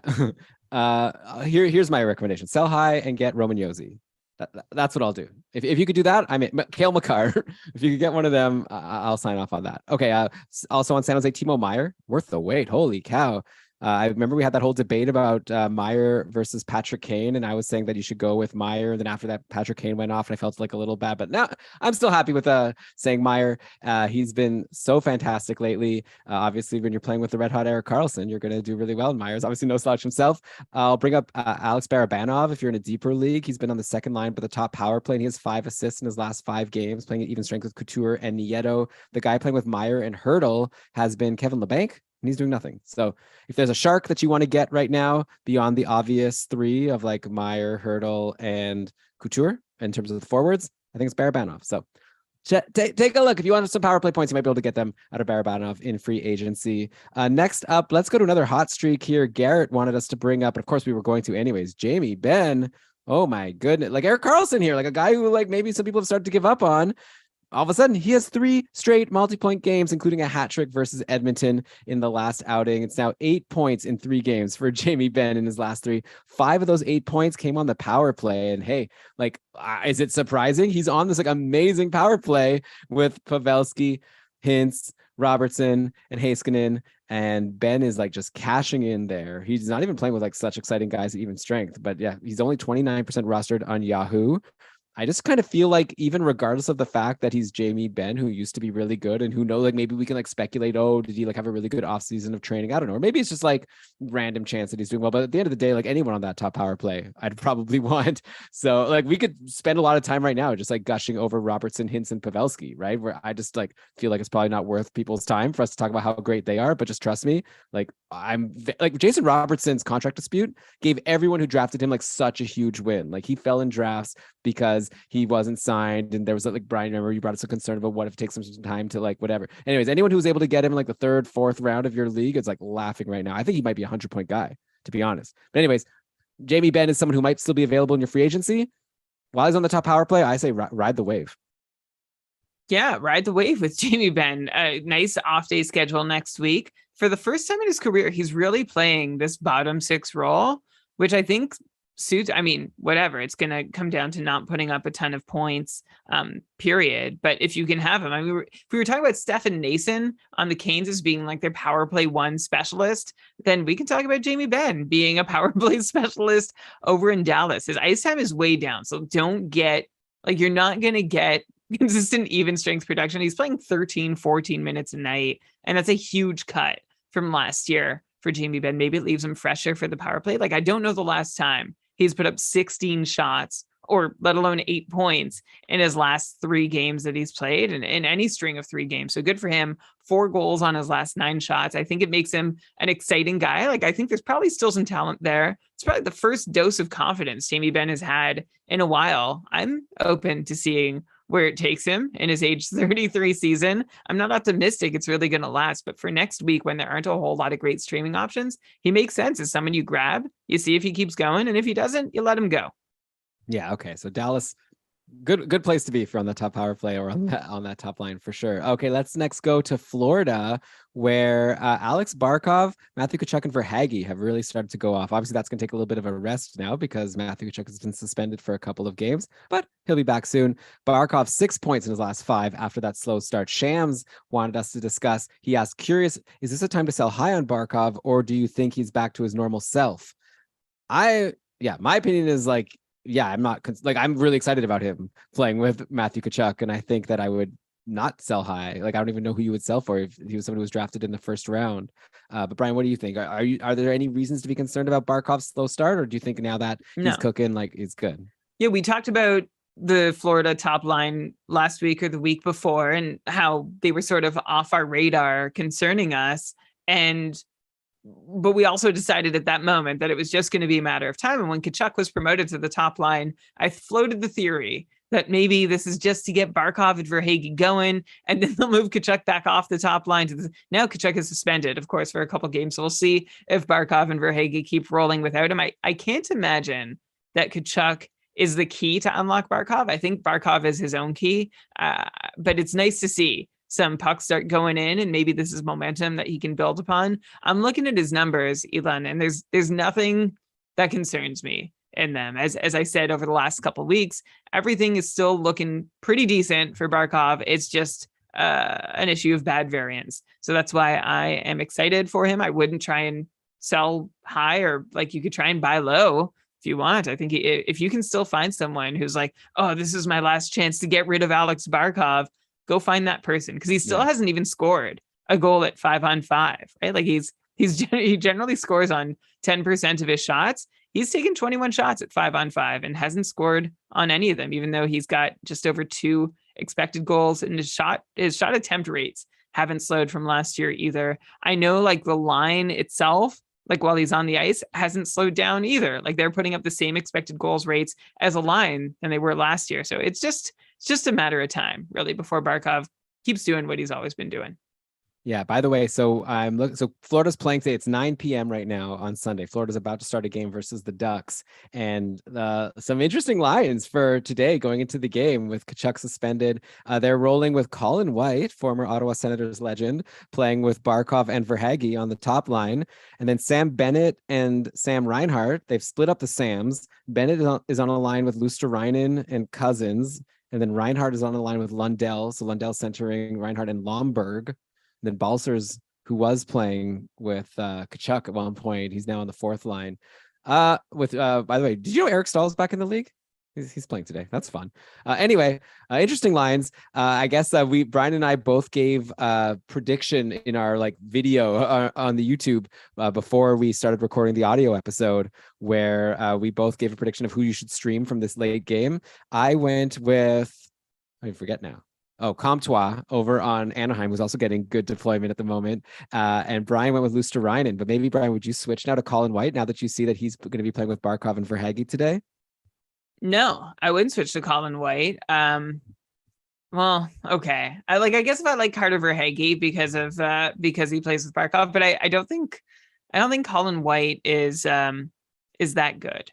Well, sure. But for one game. Yeah. Yeah. Who knows? Honestly, I'll stick with Luostarinen, and I think this is, we'll see how it goes. I like that Reinhart and Lundell are still together. I know Reinhart is still having a hard time kicking things into drive this season, but like Barkov, I don't see too many reasons, or really any real reason, to disbelieve that Reinhart can pull off most of what he pulled off last year. He wasn't playing with great line mates before. He's like with Balsers and Bennett the last time we talked about him. Now, just that he's with Anton Lundell gives me a ray of hope that if Reinhart isn't on the top line, there's still somewhere else in the lineup he can produce. And I think that would be, like, I think Anton Lundell is the best available line mate to Sam Reinhart, aside from the guys who are already on the top line. So I'm hoping it's just a matter of time. I dropped out Turi Lehkonen in one league that's basically points only to add Sam Reinhart today off waivers. Like, someone had just dropped him. I used my waiver priority to do it. You think I did it right? Yeah, I guess he's still on the top power play. We actually had a question from Hook and Scramble in our Discord asking us to talk about Reinhart and Sam Bennett, who both have just, so going into today, because we haven't seen today's game yet, Reinhart 3 points in 12 games. Now Bennett 5 points in 12 games. Now they're split. I guess, yeah, like Reinhardt's on the top power play. I guess so is Lehkonen, but Reinhart obviously has the bigger track record going into this season. But I'd be pretty concerned. And like you're saying, like, oh, good for him. Mates. Lehkonen's on the top line. Well, it seems to be in flux, but it played with McKinnon and Rantanen most recently. But Reinhart, I'm looking at, like, his points participation is 25%. That's a third of where he normally is. His on-ice shooting percentage is just above 4%, when I think it would be safe to expect at least 8% from him. And all the numbers under the hood, like shot generation, expected goals, they all still seem to be there. He also, by the way, has yet to pick up himself a 5-on-5 goal. Reinhart is someone who shoots generally above 10%, and he has 16 shots and no goals, and actually just 1 assist. And that is because of that incredibly low 4.4% on ice shooting from his teammates while he's on the ice, and him. So again, I would much rather see him on line one. I can't just wish this all away, because Reinhart is not up there playing with Barkov and Verhaeghe, and that is concerning to me to some degree. But I'm hoping he gets something going with Lundell, or gets bumped back up to the top line. And even if he doesn't, he's still got that top power play spot. Yeah. So I guess like I want to be optimistic with you. I guess you're saying he's not a snoozer yet. What about Sam Bennett now? Doesn't even get to play with Reinhart. Forget Sam Bennett. Yeah. What's that? Forget him. I think Sam Bennett is a snoozer. Yeah. He's not on the top power play. Like, if Tkachuk is going to play with Barkov, then that means that Bennett gets to play at best with Sam Reinhart. And if he's on the top power play, yeah, he's taking some shots. Maybe he's a good streamer now and then, but I don't know if he's someone you need to keep on your roster for the rest of the season. Yeah. All right. So Okay. Yeah. Sorry. I will say there is some bad variance in there too. Like he's also not shooting well. The Panthers are just not shooting well, even though they don't seem to deserve. Like it's not like there's an easy explanation, right? It's like, oh, well, they had a coaching change. The new coach is putting in something more defensive or it's not effective. No, the Panthers just aren't scoring on basically the same quantity and same quality of shots they've been taking in the past. So I don't think Sam Bennett is this bad either. In fact, his own expected goals rates, like his own shots look as threatening as they did in that first year that he came to Florida and started tearing it up in those, 10 games after he was traded from Calgary. And his shot rates are still really healthy. So there's still, maybe I waved off Sam Bennett too quickly. There's still a lot to like, but if I had to pick one Sam to stay invested in, it would be Reinhart, just because Bennett seems less likely to have deployment that you can really count on. And we've seen Bennett go so cold, especially on the road, for basically the entirety of his Florida career. And I don't see any sign that part has stopped yet, which is really frustrating. Yeah, well, Bennett was great when he was playing with Jonathan Huberdeau. But Huberdeau's gone, and now he's on Calgary. And let's switch now to talk about Huberdeau in Calgary, because Professional Slacker asked us, is Huberdeau a dud this year? And, hey, we talked about Gaudreau earlier, and I was thinking, I'm a little bit concerned. Brian was like, nah, he's fine. Don't worry about it. So I'm curious to see if you'll have the same feeling about Jonathan Huberdeau, who is pointless in 4 games now, only 5 points in 10 games overall. Even more concerning to me maybe is the fact that he only played 16 minutes and 48 seconds total in the 4-3 loss to New Jersey on Saturday. He only had 1 shot in that game. Like, that's not superstar deployment, right? Like, you'd expect like 20 minutes from the guy. Is it a situation now where I'm just going to be a total like extreme person here, right? Like, do you sell now for whatever you can because it's a total disaster and his name value is not going to last for much longer? It kind of reminds me of when Taylor Hall went to Buffalo.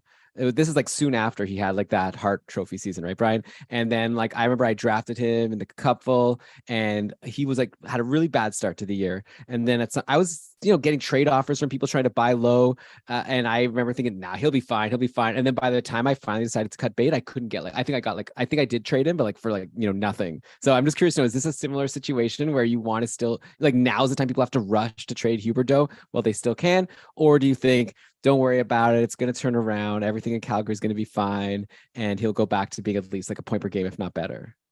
I think you have to be worried about it at least a little bit. I mean, his 5-on-5 ice time hasn't taken a hit, but overall, he's playing, minute and a half, 2 minutes less per night than he was in Florida. And that's because Calgary splits their power plays a little differently. They have like a 60-40 split instead of a 75-25 split between their top 2 units. So that's bad news for Jonathan Huberdeau's scoring. Although on the power play, he's doing just fine. 4 power play points in 10 games. You keep that up, you've got over 30 power play points. That's great. Where Huberdeau is really struggling is at 5-on-5. And I'll also say, like the others we've just talked about, I see reasons to think that he doesn't deserve to have it as rough as he's got it so far. Like Sam Reinhart, like Sam Bennett, Jonathan Huberdeau, guess how many 5-on-5 goals he has, Elon? None. No 5-on-5 goals. The thing is that with him, on only 12 shots, that's not great. His shot rates for most shot and shot attempt rates are down compared to most of his recent, pretty much virtually all. I'm going to go with virtually all of his recent seasons. His shot quality doesn't look to be as strong, but look, he hasn't had a shot go in. He's taken 12. Generally, we could have expected at least 1 to go in. His teammates are shooting 4.5% with him on the ice. That's not great. His points participation, he's getting in on only 1 of every 3 goals scored while he's on the ice. And guess what? There's only been 3 goals scored while Huberdeau is on the ice at 5-on-5. So this is, I think, a Calgary is figuring it out kind of story where Huberdeau is not as bad as he looks. But I also don't know that he's going to be as good as he was in Florida. And the comparison I was making to you pre-show was actually that Huberdeau is kind of reminding me of Johnny Gaudreau in those seasons where he wasn't a 100-point player. It's like, he seems to have it more or less together, and he can pace for 70 points, and he does great on the power play. But the points don't just come as fast and furiously as they do when things are not clicking on all cylinders just so absolutely perfectly. And we saw what happened to Gaudreau in those situations in Calgary. And it might be too simplistic an analogy, but right now I think it's a pretty fitting one for Jonathan Huberdeau, who we had someone ask on our Discord server, like, who could I sell Huberdeau for? I want to fleece the other team. And it's like, man, like you don't have that opportunity. You can't sell a superstar low who might have had only 14 guys picked ahead of him in your draft and fleeced. Your job is to avoid being the one who gets fleeced. And that's the situation you're in right now with Huberdeau. If you're going to be patient and hope that he's a point per game player the rest of the way, or if you're going to try and sell him at a bit of a loss and hope that you can at least be comfortable, like you can save yourself the stress of wondering what's going to happen if you can get a guy who's just clicking, like, say, a Jesper Bratt. Well, yeah, that's the thing. I think that's the move. If you want to give up on Huberdeau, you make an offer for someone who's doing like amazing, but that manager might think they're selling high, So you bring up Jesper Bratt, who has 17 points in 12 games. I don't know. I'd be tempted. Tell me I'm wrong. Like, I don't know, like Rope Hintz I brought up. We could talk about, I don't know, Jason Robertson. You won't be able to get him, but if you could, I would definitely just take Jason Robertson if you can. I'm super high on him.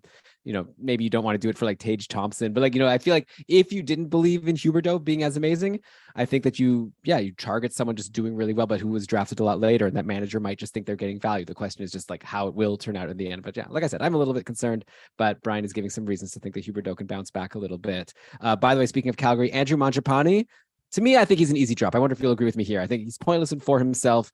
4 points in 10 games overall. He's playing with Kadri and Dubé. Second power play. It's fine deployment, I guess. I feel like he's the same as Dubé, though. If Dubé's in free agency, then Mangiapane, I don't see why he needs to be rostered. Hello? No, sorry. Yeah, sorry.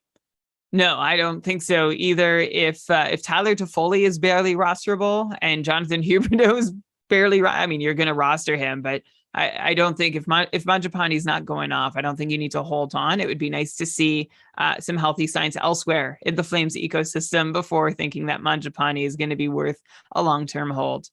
Yeah, snoozer alert. Get rid of Mangiapane if you still have him. Okay, maybe you drop him for a guy who's playing on the top line in Montreal, and that is Kirby Dach. Oh, and also the top power play. So this is a guy in a really great situation, and he's producing. Kirby Dach has been so good lately. He has 7 points in his last 4 games. He's coming off a 3-assist game versus Vegas, where Montreal almost, was able to beat them. They ended up losing 6-4, but a good showing against a really strong team. We talked about Kirby Dach, I think, on the last episode as like a new addition to that top line with Suzuki and Caulfield. Looks like this is working, and I think this might stay. So you might be running out of time to grab Kirby Dach in your leagues. I would definitely take him over Mangiapane at this point. And yeah, I just think his percent roster chip is still not super high, but I think that could change soon. Like Montreal's not the most amazing team, but that top line is pretty darn good. Like Suzuki and Caulfield just keep producing every single game, and I would definitely want to get in on that. And hey, Kirby Dach, both center and right wing eligible now on Yahoo. So what more is there to say? I'm into him. Go get him. Yeah, I think Elon, I might even go so far as to say pause the pod and go get Kirby Dach. He's playing on this line, and maybe this line with Suzuki and Caulfield is clicking a little higher of a rate than we should expect them to going forward. But still, Dach seems like a really good fit on this line ever since moving to this top line and top power play. He's put up a point every single game. He's put up a power play point 3 out of 4 games. In the last game against Vegas, Montreal had 1 power play opportunity. They scored in 13 seconds, and Dach was in on that with an assist on that power play point. I think Kirby Dach, especially with that center wing eligibility, the extra wing added on, I think that means that you've got to go get him. Like you said, Elon, I think his roster chip is low, and in Yahoo, I don't know if you have the percentage up. I picked him up honestly after our show last week. we talked me into it to add Kirby Dach, and I'm really glad I did. I'm not letting go. 12% rostered on Yahoo, and even though he's not going to get a lot of shots, that's okay. I think you just have to hope he stays with Caulfield and Suzuki in all situations. And also, I've just been following some Montreal beat writers. They seem to be in love with the guy. They're like, this guy's clearly looking like, how did Chicago give up on a 3rd overall pick so soon and get very, it's unlikely what they got back will ever match up with him. Seems to work well with Caulfield and Suzuki. He knows how to make space, play with and without the puck. I'm seeing good news about Kirby Duck across the board. And I think you should have him on your roster for as long as that continues. We'll see if there's a lull, but so far there hasn't been. So I'm pretty excited.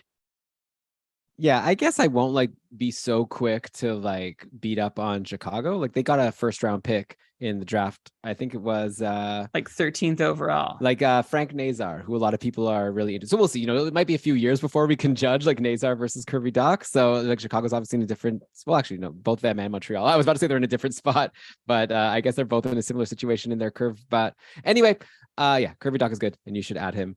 By the way, if your league counts blocks, there's a new guy in the Montreal lineup for this season. He missed all the games until just last week, and that's Joel Edmondson, and he knows how to get in front of a puck. Man, he's played 2 games now after missing the start of the year with a lower body injury, and he's blocked 4 and then 8 shots in these last couple games. He had 8 blocks and an assist and 5 shots versus Vegas. So I don't know if the offense is going to stick. I'm actually pretty certain it won't. But if you're in a league where blocks are valuable, go get Joel Edmondson because he's stepping in front of them right now. Okay, let's go next to another defenseman who is hot, but not only for blocks, but for points. Someone who took a little while to get started this year, but has really turned it on lately. And that's Owen Power over on the Buffalo Sabres. He's got 5 points in his last 4 games now after picking up 2 assists versus Tampa. That brings him only to 7 points in 12 games overall. But, you know, this is a guy who was picked first overall, and maybe it took him a little bit of time to get acclimated, or maybe he was just having bad luck at some point. But if he was dropped in your league, Brian, what do you think right now about Owen Power? Do you believe in what you're seeing from him lately? Also, Rasmus Dahlin was injured in the last game. I don't think it's a long-term thing, but that helped Owen Power get onto the top power play where he picked up a power play assist. But even if he's not on the top power play, I like seeing the production out of him. I'm curious to know, Brian, how much of you think of it is for real for this season? Obviously, long term, he's going to be really great. But what do you think about him as an add in a 1-year league? Well, you know how I like to say a rising tide lifts all boats to describe production, but a rising tage lifts all boats. In this scenario, Owen Power, definitely a beneficiary of the multitude of goals coming out of Buffalo lately. They have now scored 24 goals over the last 5 games, and Power hasn't been in on all of them, but that's plenty to get in on, right? Especially for the ones that he's on the ice for. I honestly, I think that's why he has 5 points in his last 4.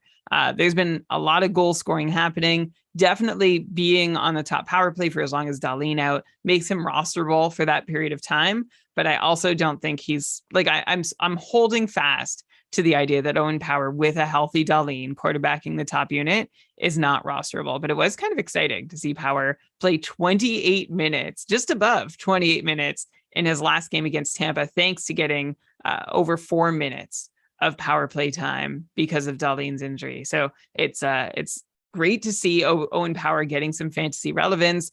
We had already called him a snoozer after having 2 points in his first 8 games of the season. It's great that he's turned it on over the last 4 games, but I don't think this should trick anyone into being caught snoozing again when Owen Power, I think it's likely.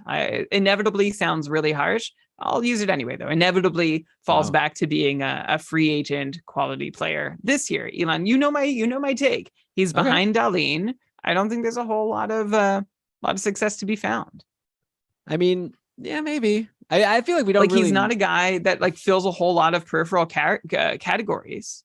Yeah, he might just be like really great. Like I guess it's like I feel like when it's a rookie who's new to the league with such a high pedigree, I'm willing to give him some slack for a slow start, and I'm not ready to say that like now that he's on this hot streak, it's probably not going to last. Like I think I'll agree with you that it probably won't last, but I think there's a chance. Like I would definitely be holding him for a couple games now to see if he can kind of just keep things rolling and not just assume that as soon as Dahlin comes back, he's like for sure going to cool off. But it's so hard to say with like I said, it's like a new guy. I definitely get everything you're saying about his deployment. It's not something that should be really great unless he's just awesome, and he might be, but we'll have to see. Like he will be eventually, probably. By the way, Buffalo, man, I guess like it's been covered. Like Ben and Lewis did a great job on short shifts this week on Tuesday, and then Ben and I talked more about Buffalo on Thursday. Like they had such a great schedule this week. They're scoring so many goals. So I think we've talked to death at this point. Thompson, amazing. Skinner, Kyle Okposo's gotten a run on the top line. Dave talked about Skinner and Okposo also on the stream scheme that dropped earlier today on Sunday. So definitely check out the stream scheme if you haven't yet.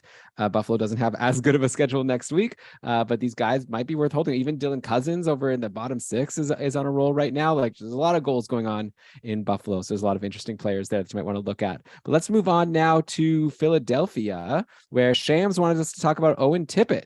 I asked, curious what you guys think about Tippett. Served me well this week, but curious if he is a hold and where do you see him in the near future? So this is another guy like Kirby Dach that's recently gotten a nice increase in his deployment. Sorry, one sec. Most recently in Philly's last game, playing on the top line with Travis Konechny and Kevin Hayes, and also on the top power play with Konechny, Hayes, Scott Lawton, and Tony DeAngelo. And Owen Tippett is another high pedigree guy, just like Kirby Dach. Were they taking the same draft? Okay, No, maybe not. Tippett was taken 10th overall in 2017. Dach was 3rd overall in 2019. Got it. That was so quick. Great job. But yeah, so Tippett right now is up to only 3 points in 6 games, but he has 2 goals in his last 4 games, taking more shots. Hard to argue with the deployment, top line, top power play. We'll see how long it lasts. We know that Tortorella likes to maybe shift things around, but I think I saw a quote saying he liked Tippett there for whatever that's worth. Who knows? Farabee is another guy who could easily just step in and take that opportunity. But for now, Brian, what do you think about Owen Tippett? Is he someone you're holding on to if you're giving advice to Shams? It depends on who else is out there, right? He's not, I think my answer is if there's a more appealing candidate who's going to get you a couple more games this week, I wouldn't hold on to Owen Tippett just for the sake of being worried that he's going to keep going off once I let him go. I mean, he very well could. This is a guy who has a solid AHL resume. Of course, he has a strong junior resume, which is how you get to the AHL and then the NHL. But Owen Tippett, in his first 2 years as a pro in the AHL, had 58 points in 58 games. So pretty good, including 18 points in 12 games last season. And that was enough to basically become a full-time NHLer, partially because he was dealt as part of the Claude Giroux trade, right? Where he was sent to Giroux to Florida. Tippett was supposed to be, he was considered the big piece in return. And the idea is that Tippett is a finisher who hasn't quite put his whole game together, including the finishing part. But that's his upside, that he can be a sharpshooter, someone who can put pucks in the net if he can round out the rest of his game enough to be able to get those opportunities to do it. So far, it's promising that Tippett has taken 3 shots in 4 of his 6 outings, even when not on the top line. In that very first game, he only played 4 minutes. So I'm even going to take that out of the equation. And Tippett has 3 shots in 4 of 5 full outings. One thing that I am keeping an eye on, and it might just be a power play time fluctuations as ice time seems to be slowly decreasing with each game. But I think that really just might be a function of other like game states and whatever. But it's definitely something I will keep watching. He doesn't blow me away in his underlying numbers. I'm not seeing anything to tell me that Owen Tippett is on the cusp of stardom. He is in his age 23 season.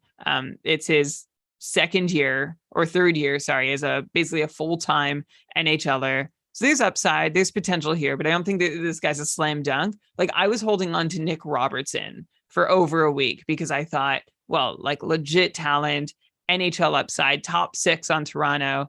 And I held on to him for a little too long and it almost bit me. And I wouldn't hold Tippett any longer than I would have wanted to hold Nick Robertson, even though Tippett is getting better deployment. So that's where I'm at on him. And maybe I'm I don't know, Elon, you're the guy who's sort of is the more aggressive. Like I think in a lot of deep leagues, Owen Tippett might be the best free agent and is worth a look. I don't mean to poo-poo him like at all and be a total wet blanket. I think he's an interesting option on the come up that might not be on a lot of people's radars and you can jump and go get him quickly.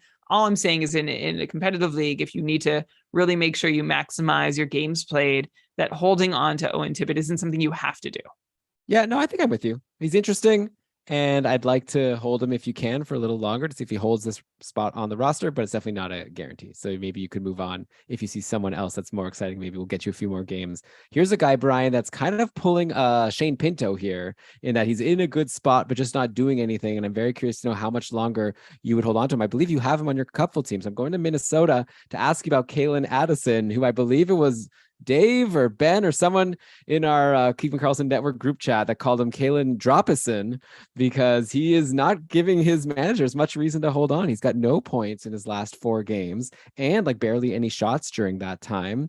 He's still manning the top power play on Minnesota with studs, with Zuccarello, with Kaprizov, with Boldy.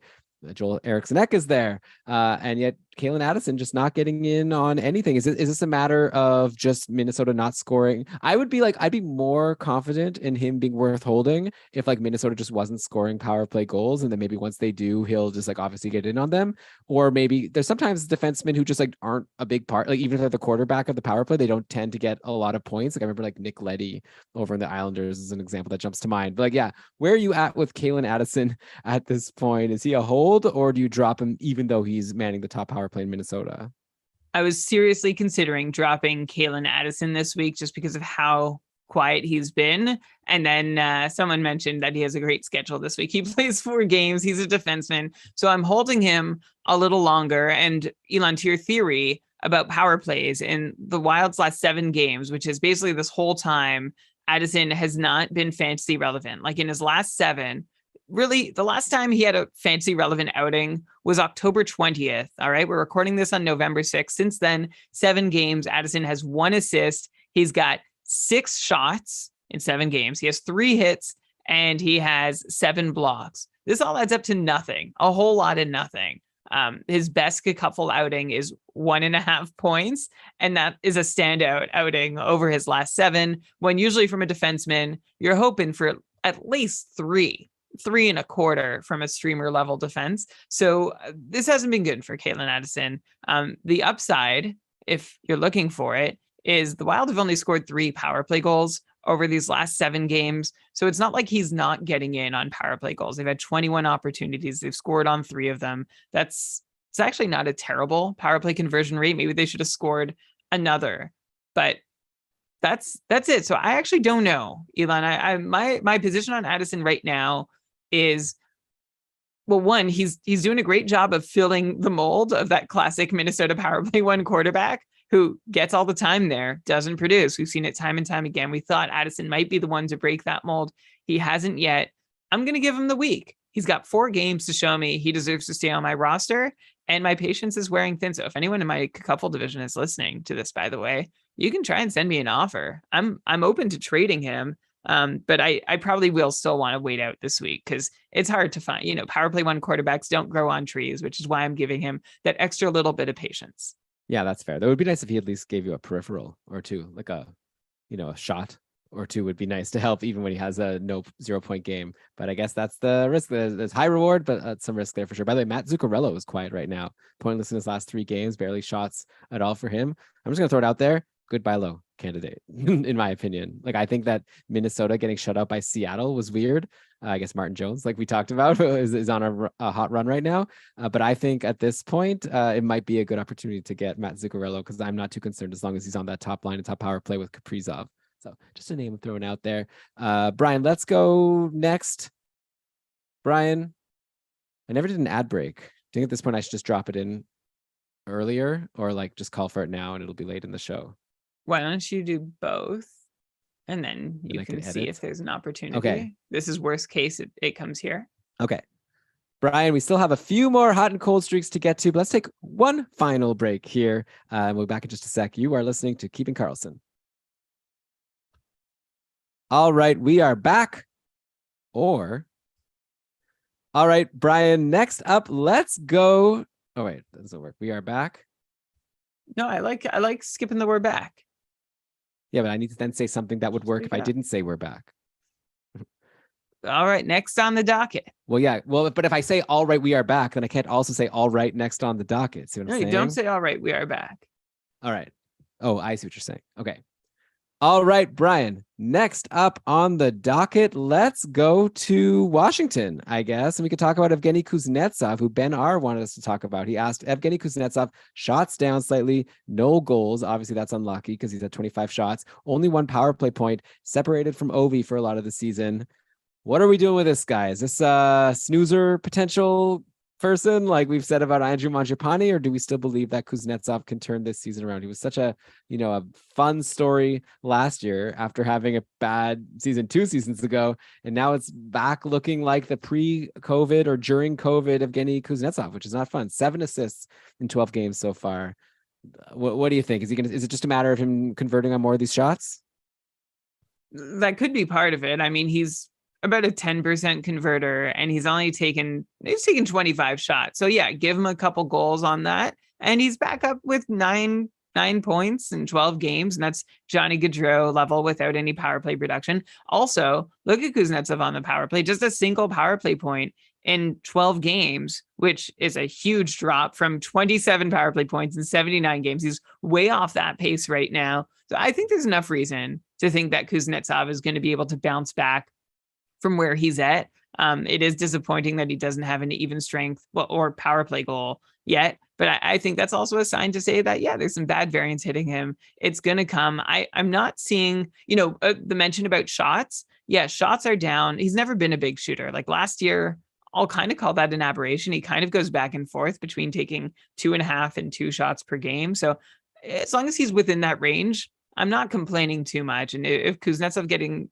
2 shots a game right now, which he is, that's perfectly fine with me. I just want to see him get some success again on the power play and be able to put a puck in the net himself at 5-on-5. And then I think he's going to be all right. He'll be back up, I'm hoping, to a 70-point pace. And there's upside for him to get back up to that point per game pace too, if everything goes really well. But I also know he's a frustrating guy to hold when things aren't going well because of how little he fills categories. But my advice for now would be to hold on because I'm not seeing any reason to really give up on him.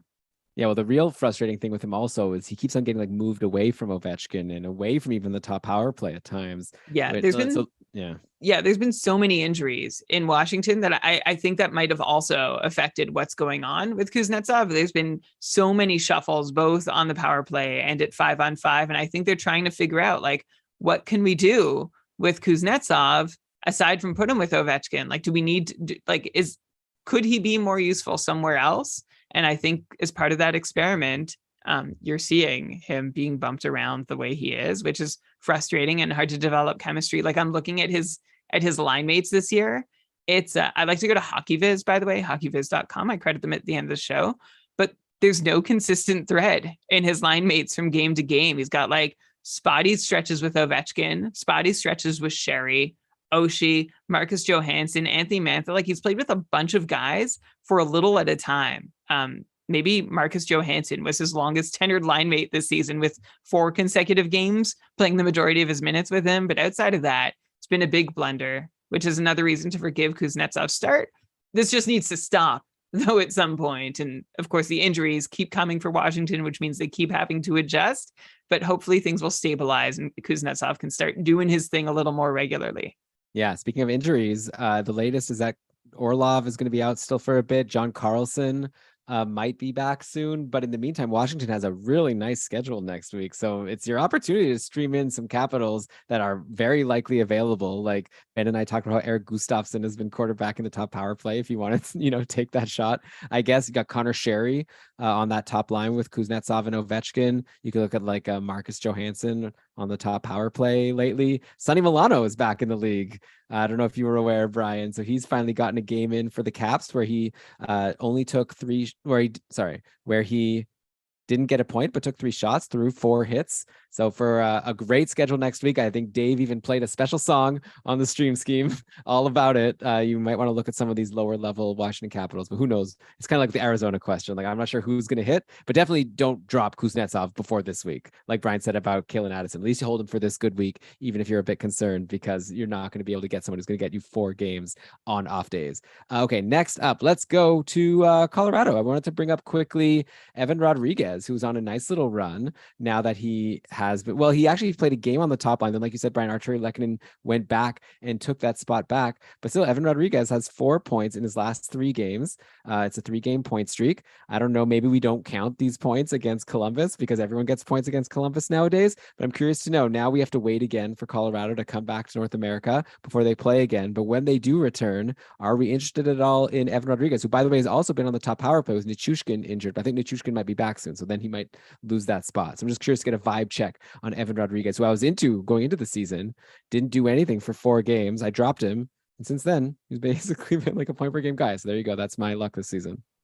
Exactly. Well, with me, I dropped Lekanen because I was tired of donuts, and he scores I think it was a power play goal, like in the first game after I've dropped him. This is how it goes sometimes. And I think at Rodriguez, so long as he's on a line in the top 6, like we've seen him, I think my line honestly could probably play every time we've talked about Evan Rodriguez simultaneously, and you'll just hear one voice saying the same thing, which is that he can be a legit top 6 contributor. He can hold his own on the power play or on on the top unit or on a solid scoring line at 5-on-5. It's just a matter of when he gets those opportunities. And lately he's gotten some opportunities. So yeah, I would like him as a deeper sort of cut in a league. Would I prefer, just for context, I prefer Kirby Dach to Evan Rodriguez just because I think he's going to have staying power where he is right now. But Rodriguez on the top power play and or on a good scoring line at 5-on-5, you want him. He's produced from that spot for the last year and a bit. So why not? Okay. By the way, we've got a goal here in the Florida game. Anton Lundell with a power play assist along with Barkov from Brandon Montour. So why? That's good. Well, you remember that matchup I mentioned at the top of the evening? My opponent has Lundell. Oh, yeah. Sorry. Yeah, it's okay. But at least it wasn't a goal. Okay. All right. Well, anyway, sorry to hear that, Brian, but yeah, pretty cool for Anton Lundell, who becomes more and more interesting in fantasy. I think I'm getting to the point where I think you really got to go add this guy if you still can, now that he's on this top power play. Okay. Let's go now. What should we talk about next? Let's go to Carolina. What is there to say? Martin Necas, just how can we not just bring him up again? Because he's having this insane season. I just want to know, like, how good is he? He's now up to 17 points in 12 games after, well, actually went pointless today versus Toronto, but I'm not going to let that sway me from the fact that he had like multi-point games in basically every game before that for pretty much the entire season. He's just been like insanely hot. And at this point, I don't know, it's just one of those moments. Let's say you had Jonathan Huberdeau, or let's say you have Necas and you get offered Huberdeau. I'm just curious to get a sense of like how high we are in Necas compared to some of these other like top guys in the league, because maybe that's an offer that you could make. If you had either of them, you might be able to get the other guy. And I'm curious to know which way you would go at this point, Brian. I wouldn't do it. Well, you said Huberdeau. I'd prefer Huberdeau. Who is the other one? Necas. Well, we're talking about, what do you mean? Oh, I thought you mentioned someone else with Huberdeau as someone to trade for Necas. So maybe you can just go from the start. Yeah. As fun as Necas has been and as disappointing as Huberdeau has been, I would still take Jonathan Huberdeau at this point over Martin Necas. But yeah, let's get excited about Martin Necas, who a couple years back had a 63-point pace from the second power play unit. And we said, hey, if he gets on the top one, you can expect him to top 70. And that's where my expectation is for him this season, now that he is on the top power play unit and seeing about another minute a night at 5-on-5. But the reason that I'm not expecting him to go wild like the way he is all year is because he's performing in a bunch of unsustainable ways at 5-on-5 and on the power play, actually. But starting with 5-on-5, guess what? Martin Necas has been on the ice for 11 goals scored. He has pointed on all 11 of them. So 100% points participation when usually he's a 70% guy. So that's one way that he's been overperforming. Another way is of those 11 goals, Necas has scored 5 of them on 25 shots that he's taken, which is about in line with his usual shot rates, but not in line with his usual shooting percentage. Is about twice as many as we might expect based on the shooter that we know Necas to be from his career sample so far. So you can knock off a couple more points there. And then on the power play, Necas might also be getting, like, I wouldn't thumb my nose at Necas's 5 points in 12 games on the power play. It's high for just about anyone, though. Like, this would be a near 35-point power play. This would be a near 35 power play point pace, which is not something we see many people attain. So I'm curious to see where this goes and how long he can keep it up, because there aren't any huge markers of unsustainability for Necas on the power play the same way they're at 5-on-5. And if he can keep this up, then maybe there is a chance he can top 80 points this season, which does bring him into Huberdeau territory. But I'm still saying if, and if I'm dealing Huberdeau, I don't want to deal him for a guy with too many ifs about being an 80-point player. And that's why I wouldn't do the deal for Martin Necas. But if you have him, I don't think you're like constantly checking. It's like, okay, is Natchez done? Is it time to drop him yet? There's a really good chance that Natchez could keep cashing in all year long on the power play and at 5-on-5 at a 75 to 80 point clip. Yeah, like, I mean, I agree with that he's not going to keep 100% IPP, points participation, all season, but I don't know how much I'm going to buy into like looking at his previous season shooting percentage to decide if it's sustainable. Because it's just like, he seems like a different player this year. Like, he just seems like we're comparing two completely opposite players. So I don't want to, make the mistake of comparing him to his former self, which was like a 42-point guy last year. He's in a great spot. He's doing really well. And yeah, just got to give him his flowers for sure. And, we already talked about how Frederick Anderson has not been as exciting as a hold on Arizona, but definitely, not that Frederick Anderson. Sorry, let me just 1 sec. I'm trying to do two things at once here. We've already talked about how Frederick Anderson hasn't been like a super exciting hold so far on Carolina. Definitely the people that you're most excited about having drafted on this team are Natchez #1, and then obviously Aho and Svechnikov have been great. Brent Burns also, by the way, we should mention 9 points in 12 games. These are the winners so far on Carolina. Teuvo Teravainen, still cold, unfortunately. We talked about him last week, and I was saying how I thought that maybe he could bounce back soon. He did have 2 assists versus Buffalo, but it's a bunch of donuts all around that game. I still believe in Teuvo Teravainen, though. Right. But if you had Teravainen, you would trade him for Natchez straight up. Oh, 100% at this point. Yeah. Okay. But I'm saying Teravainen might be dropped in some leagues, and maybe you can get him for free. Definitely. I would take him. All right, where do we want to go next here? Let's go to the Vegas Golden Knights here, where we had a question from Professional Slacker, but all he said was to talk about Marchessault. So I'm kind of curious to know. I'm guessing that he wrote this before the last game, and I guess Marchessault was on like a bit of a cold streak. He's playing on that line with Karlsson and Riley Smith again, now that Stone and Eichel are playing with Stevenson. And Marchessault, before this 1 goal, 1 assist versus Montreal was pointless in 3 games. Before that, he was having a solid season. And now with this 2-point game on Saturday, he's up to 10 points in 13 games. So I'm not really sure what to talk about here. Like, I feel like he's doing just like I would have expected him to. He's taking a lot of shots, and I don't think he's like too hot or too cold. Seems just right to me. If I'm going to give my quick analysis on Jonathan Marchessault, what do you think, Brian? Yeah, very Goldilocks for season so far for Jonathan Marchessault at right about a 65-point pace, which is right about exactly where we'd expect him to be. I think it's really positive for him that he has found his people again with the so-called misfits line with Marchessault, Riley Smith, and William Karlsson. Riley Smith, by the way, cannot stop and will not stop scoring. This guy, I went on about my dropping of him last that doesn't track well. It's something to say out loud. I talked about dropping Riley Smith last week because he can't keep producing from second line, second power play. Sure enough, he has 3 goals on 8 shots in his last 2 games. I still don't think it's sustainable. If you can find someone you can to flip him to, that's great. But Marchessault being on that misfit line, that's clicking really well, and getting back on the top power play, which is where we've seen Phil Kessel there, we've seen Riley Smith there, but now we're seeing Marchessault himself there. And I think that's really positive news for anybody who was worried about Marchessault, and he put up a point from the top power play last game. So that's really friendly as well. So I don't see anything to suggest that Marchessault is due for substantially better or worse than he's had so far. I think you can basically keep expecting him to fire on about as many cylinders as he's firing now. If you put me his current point pace, 63 points. If you put me over under on that, I think I'd lean the over. And if that's useful information to you, like you said, we didn't really have a question, but I like what I'm seeing. Yeah, he's very good, and he's in a good spot. I like going that top power play with Eichel. Let's end in Anaheim, who are playing right now against Florida. I wanted to quickly mention Max Comtois is back and playing in a good spot. I know last year a lot of people were into him, and he ended up being kind of a bust, but he actually has goals in 3 straight games going into today. Before that, he was doing absolutely nothing, but he's back producing, and he's on a line with Troy Terry and Ryan Strome.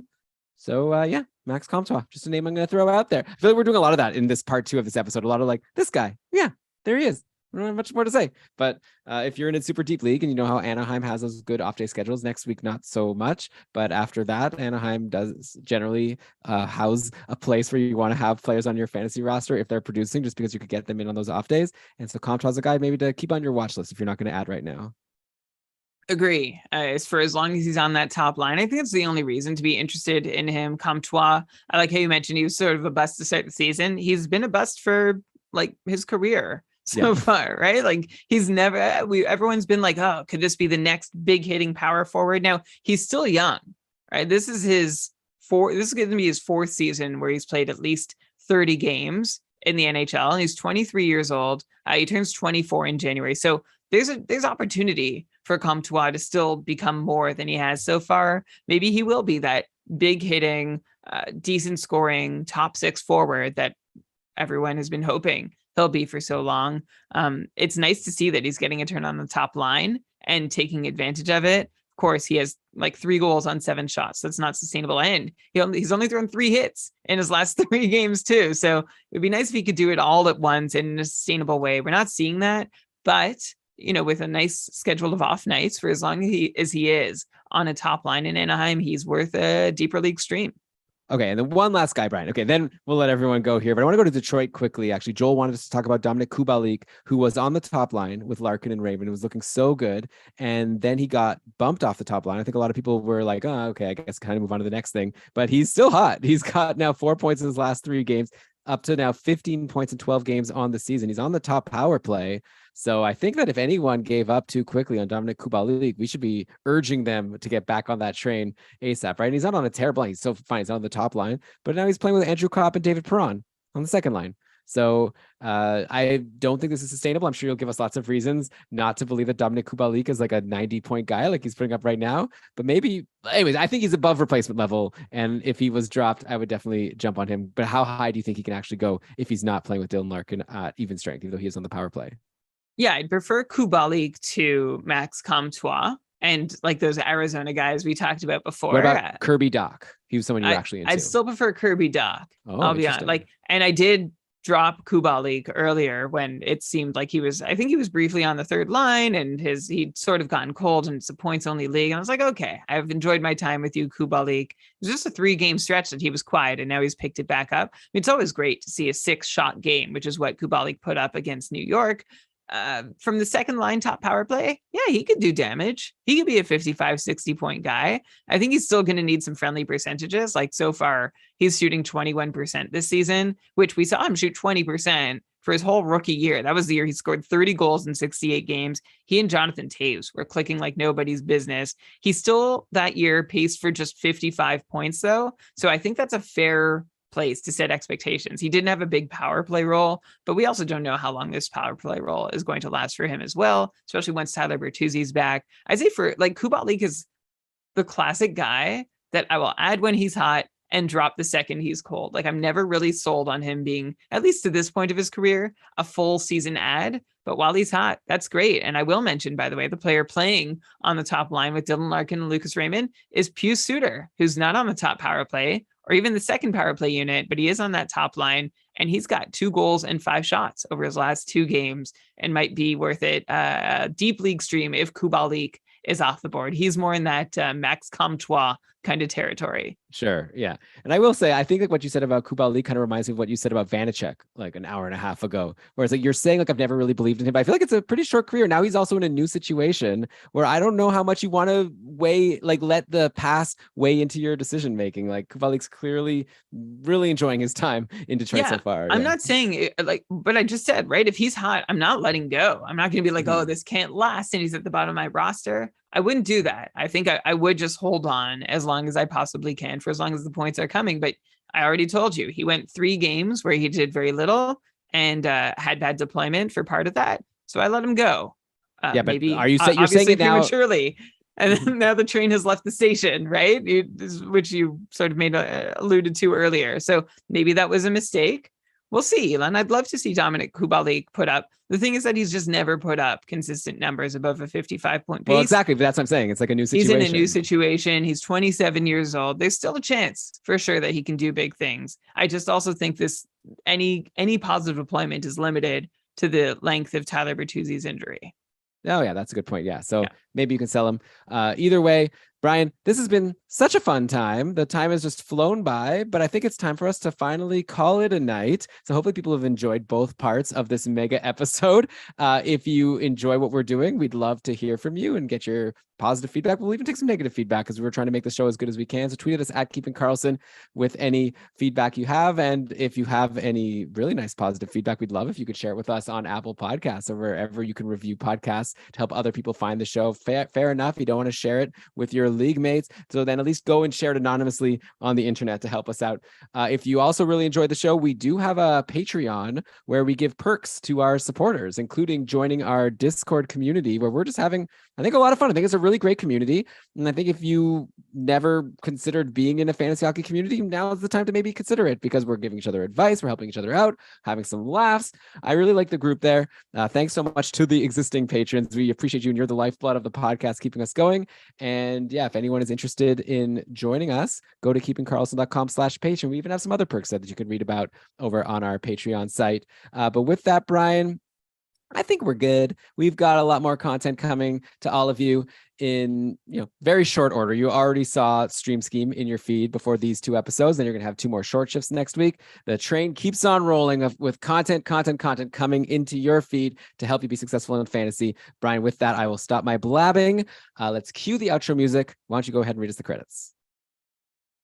All right. This episode of the Keeping Karlsson Fantasy Hockey Podcast was presented by Dobber Hockey and powered by our patrons, including our super supporters who get all the perks of being a patron, plus toss in a little extra to keep the shows coming. Thank you, Kevin, Aaron, Tyler, Andrea, Tom, Ryan, Derek, David, and of course, Patty, for your super patronage. Thank you to Kevin Hebert, our Cupful coordinator, and our team of incredible co-commissions. If you want to find out more, we have a wait list that's open and you can join our Discord. You get an invite to our Discord server while you're waiting to take over a team. kkupfl.com for more info. Thank you and Shams Benamor. No, I'm going to say that again. Thank you, Elon and Shams Benamor, for keeping the amazing stream of fantasy news rolling over at gamedaytweets.com. Just essential stuff when I don't have time to keep up during the workday with what's going on and I have 30 seconds or just at the end of my day, I'll pop open. I go straight to gamedaytweets.com and find out all the relevant stuff that I've missed and hopefully not missed out on reacting to. You can follow Ben and Lewis at their Short Shifts account at ShortShiftsKK on Twitter. You can follow Dave at NHL Stream Scheme. Logo art by BrandonWeave.com. Outro music by Pat Roach. This episode was researched with help from Dobber Hockey, Frozen Tools, Dobber Prospects, Natural Stat Trick, Evolving Hockey, Cap Friendly, The Athletic, HockeyGoalies.org, Hockey Reference, HockeyViz, Hockey Database, Elite Prospects, and Yahoo. Great job as always, Brian. So fun. Nope. Great job as always, Brian. So much fun. Looking forward to doing this all again with you next week after listening to a couple Short Shifts episodes in between. Until then, please keep doing what you can to make sure that fantasy hockey really is for everyone. Woo! Thanks everyone for joining for the live show. It's been a blast. Brian, good luck to you in your matchup. Hopefully no more points for Lundell. Oh, he lost his assist. Oh. Look at that. That's well, one second. Let me put a bonus at the end of the episode here. One sec. And really quickly, I'll just mention that it looks like this Panthers goal that I talked about before has changed, and Lundell does no longer have an assist, and Montour no longer has scored the goal. It was Verhaeghe from Montour and Barkov, Brian. So look at that. You did it. You're in good shape. And I've actually since heard from Corey, taking it back to the top of the show, Elon, that he pondered he added Max Comtois tonight as a late streamer. He could have added Eric Shalgren, who stopped 28 of 29 for the win against Carolina and did the thing that we basically said is pretty hard to do for him and in Toronto. So that would have brought him within 6 fantasy points of me. So I'm glad he didn't. It is a shame. I honestly feel for the guy. It's never fun to have a coin flip decision, make the wrong one. Okay. Yeah. Wow. All right. Hopefully I have another win under my belt when I speak to you next. All right. See you, everyone. Bye. Bye. Cool. Okay. See ya. Good job, pal. Bye, everyone. I don't hear you anymore. That's okay. Oh, good job. Bye. Thanks, Bye. YouTube chat.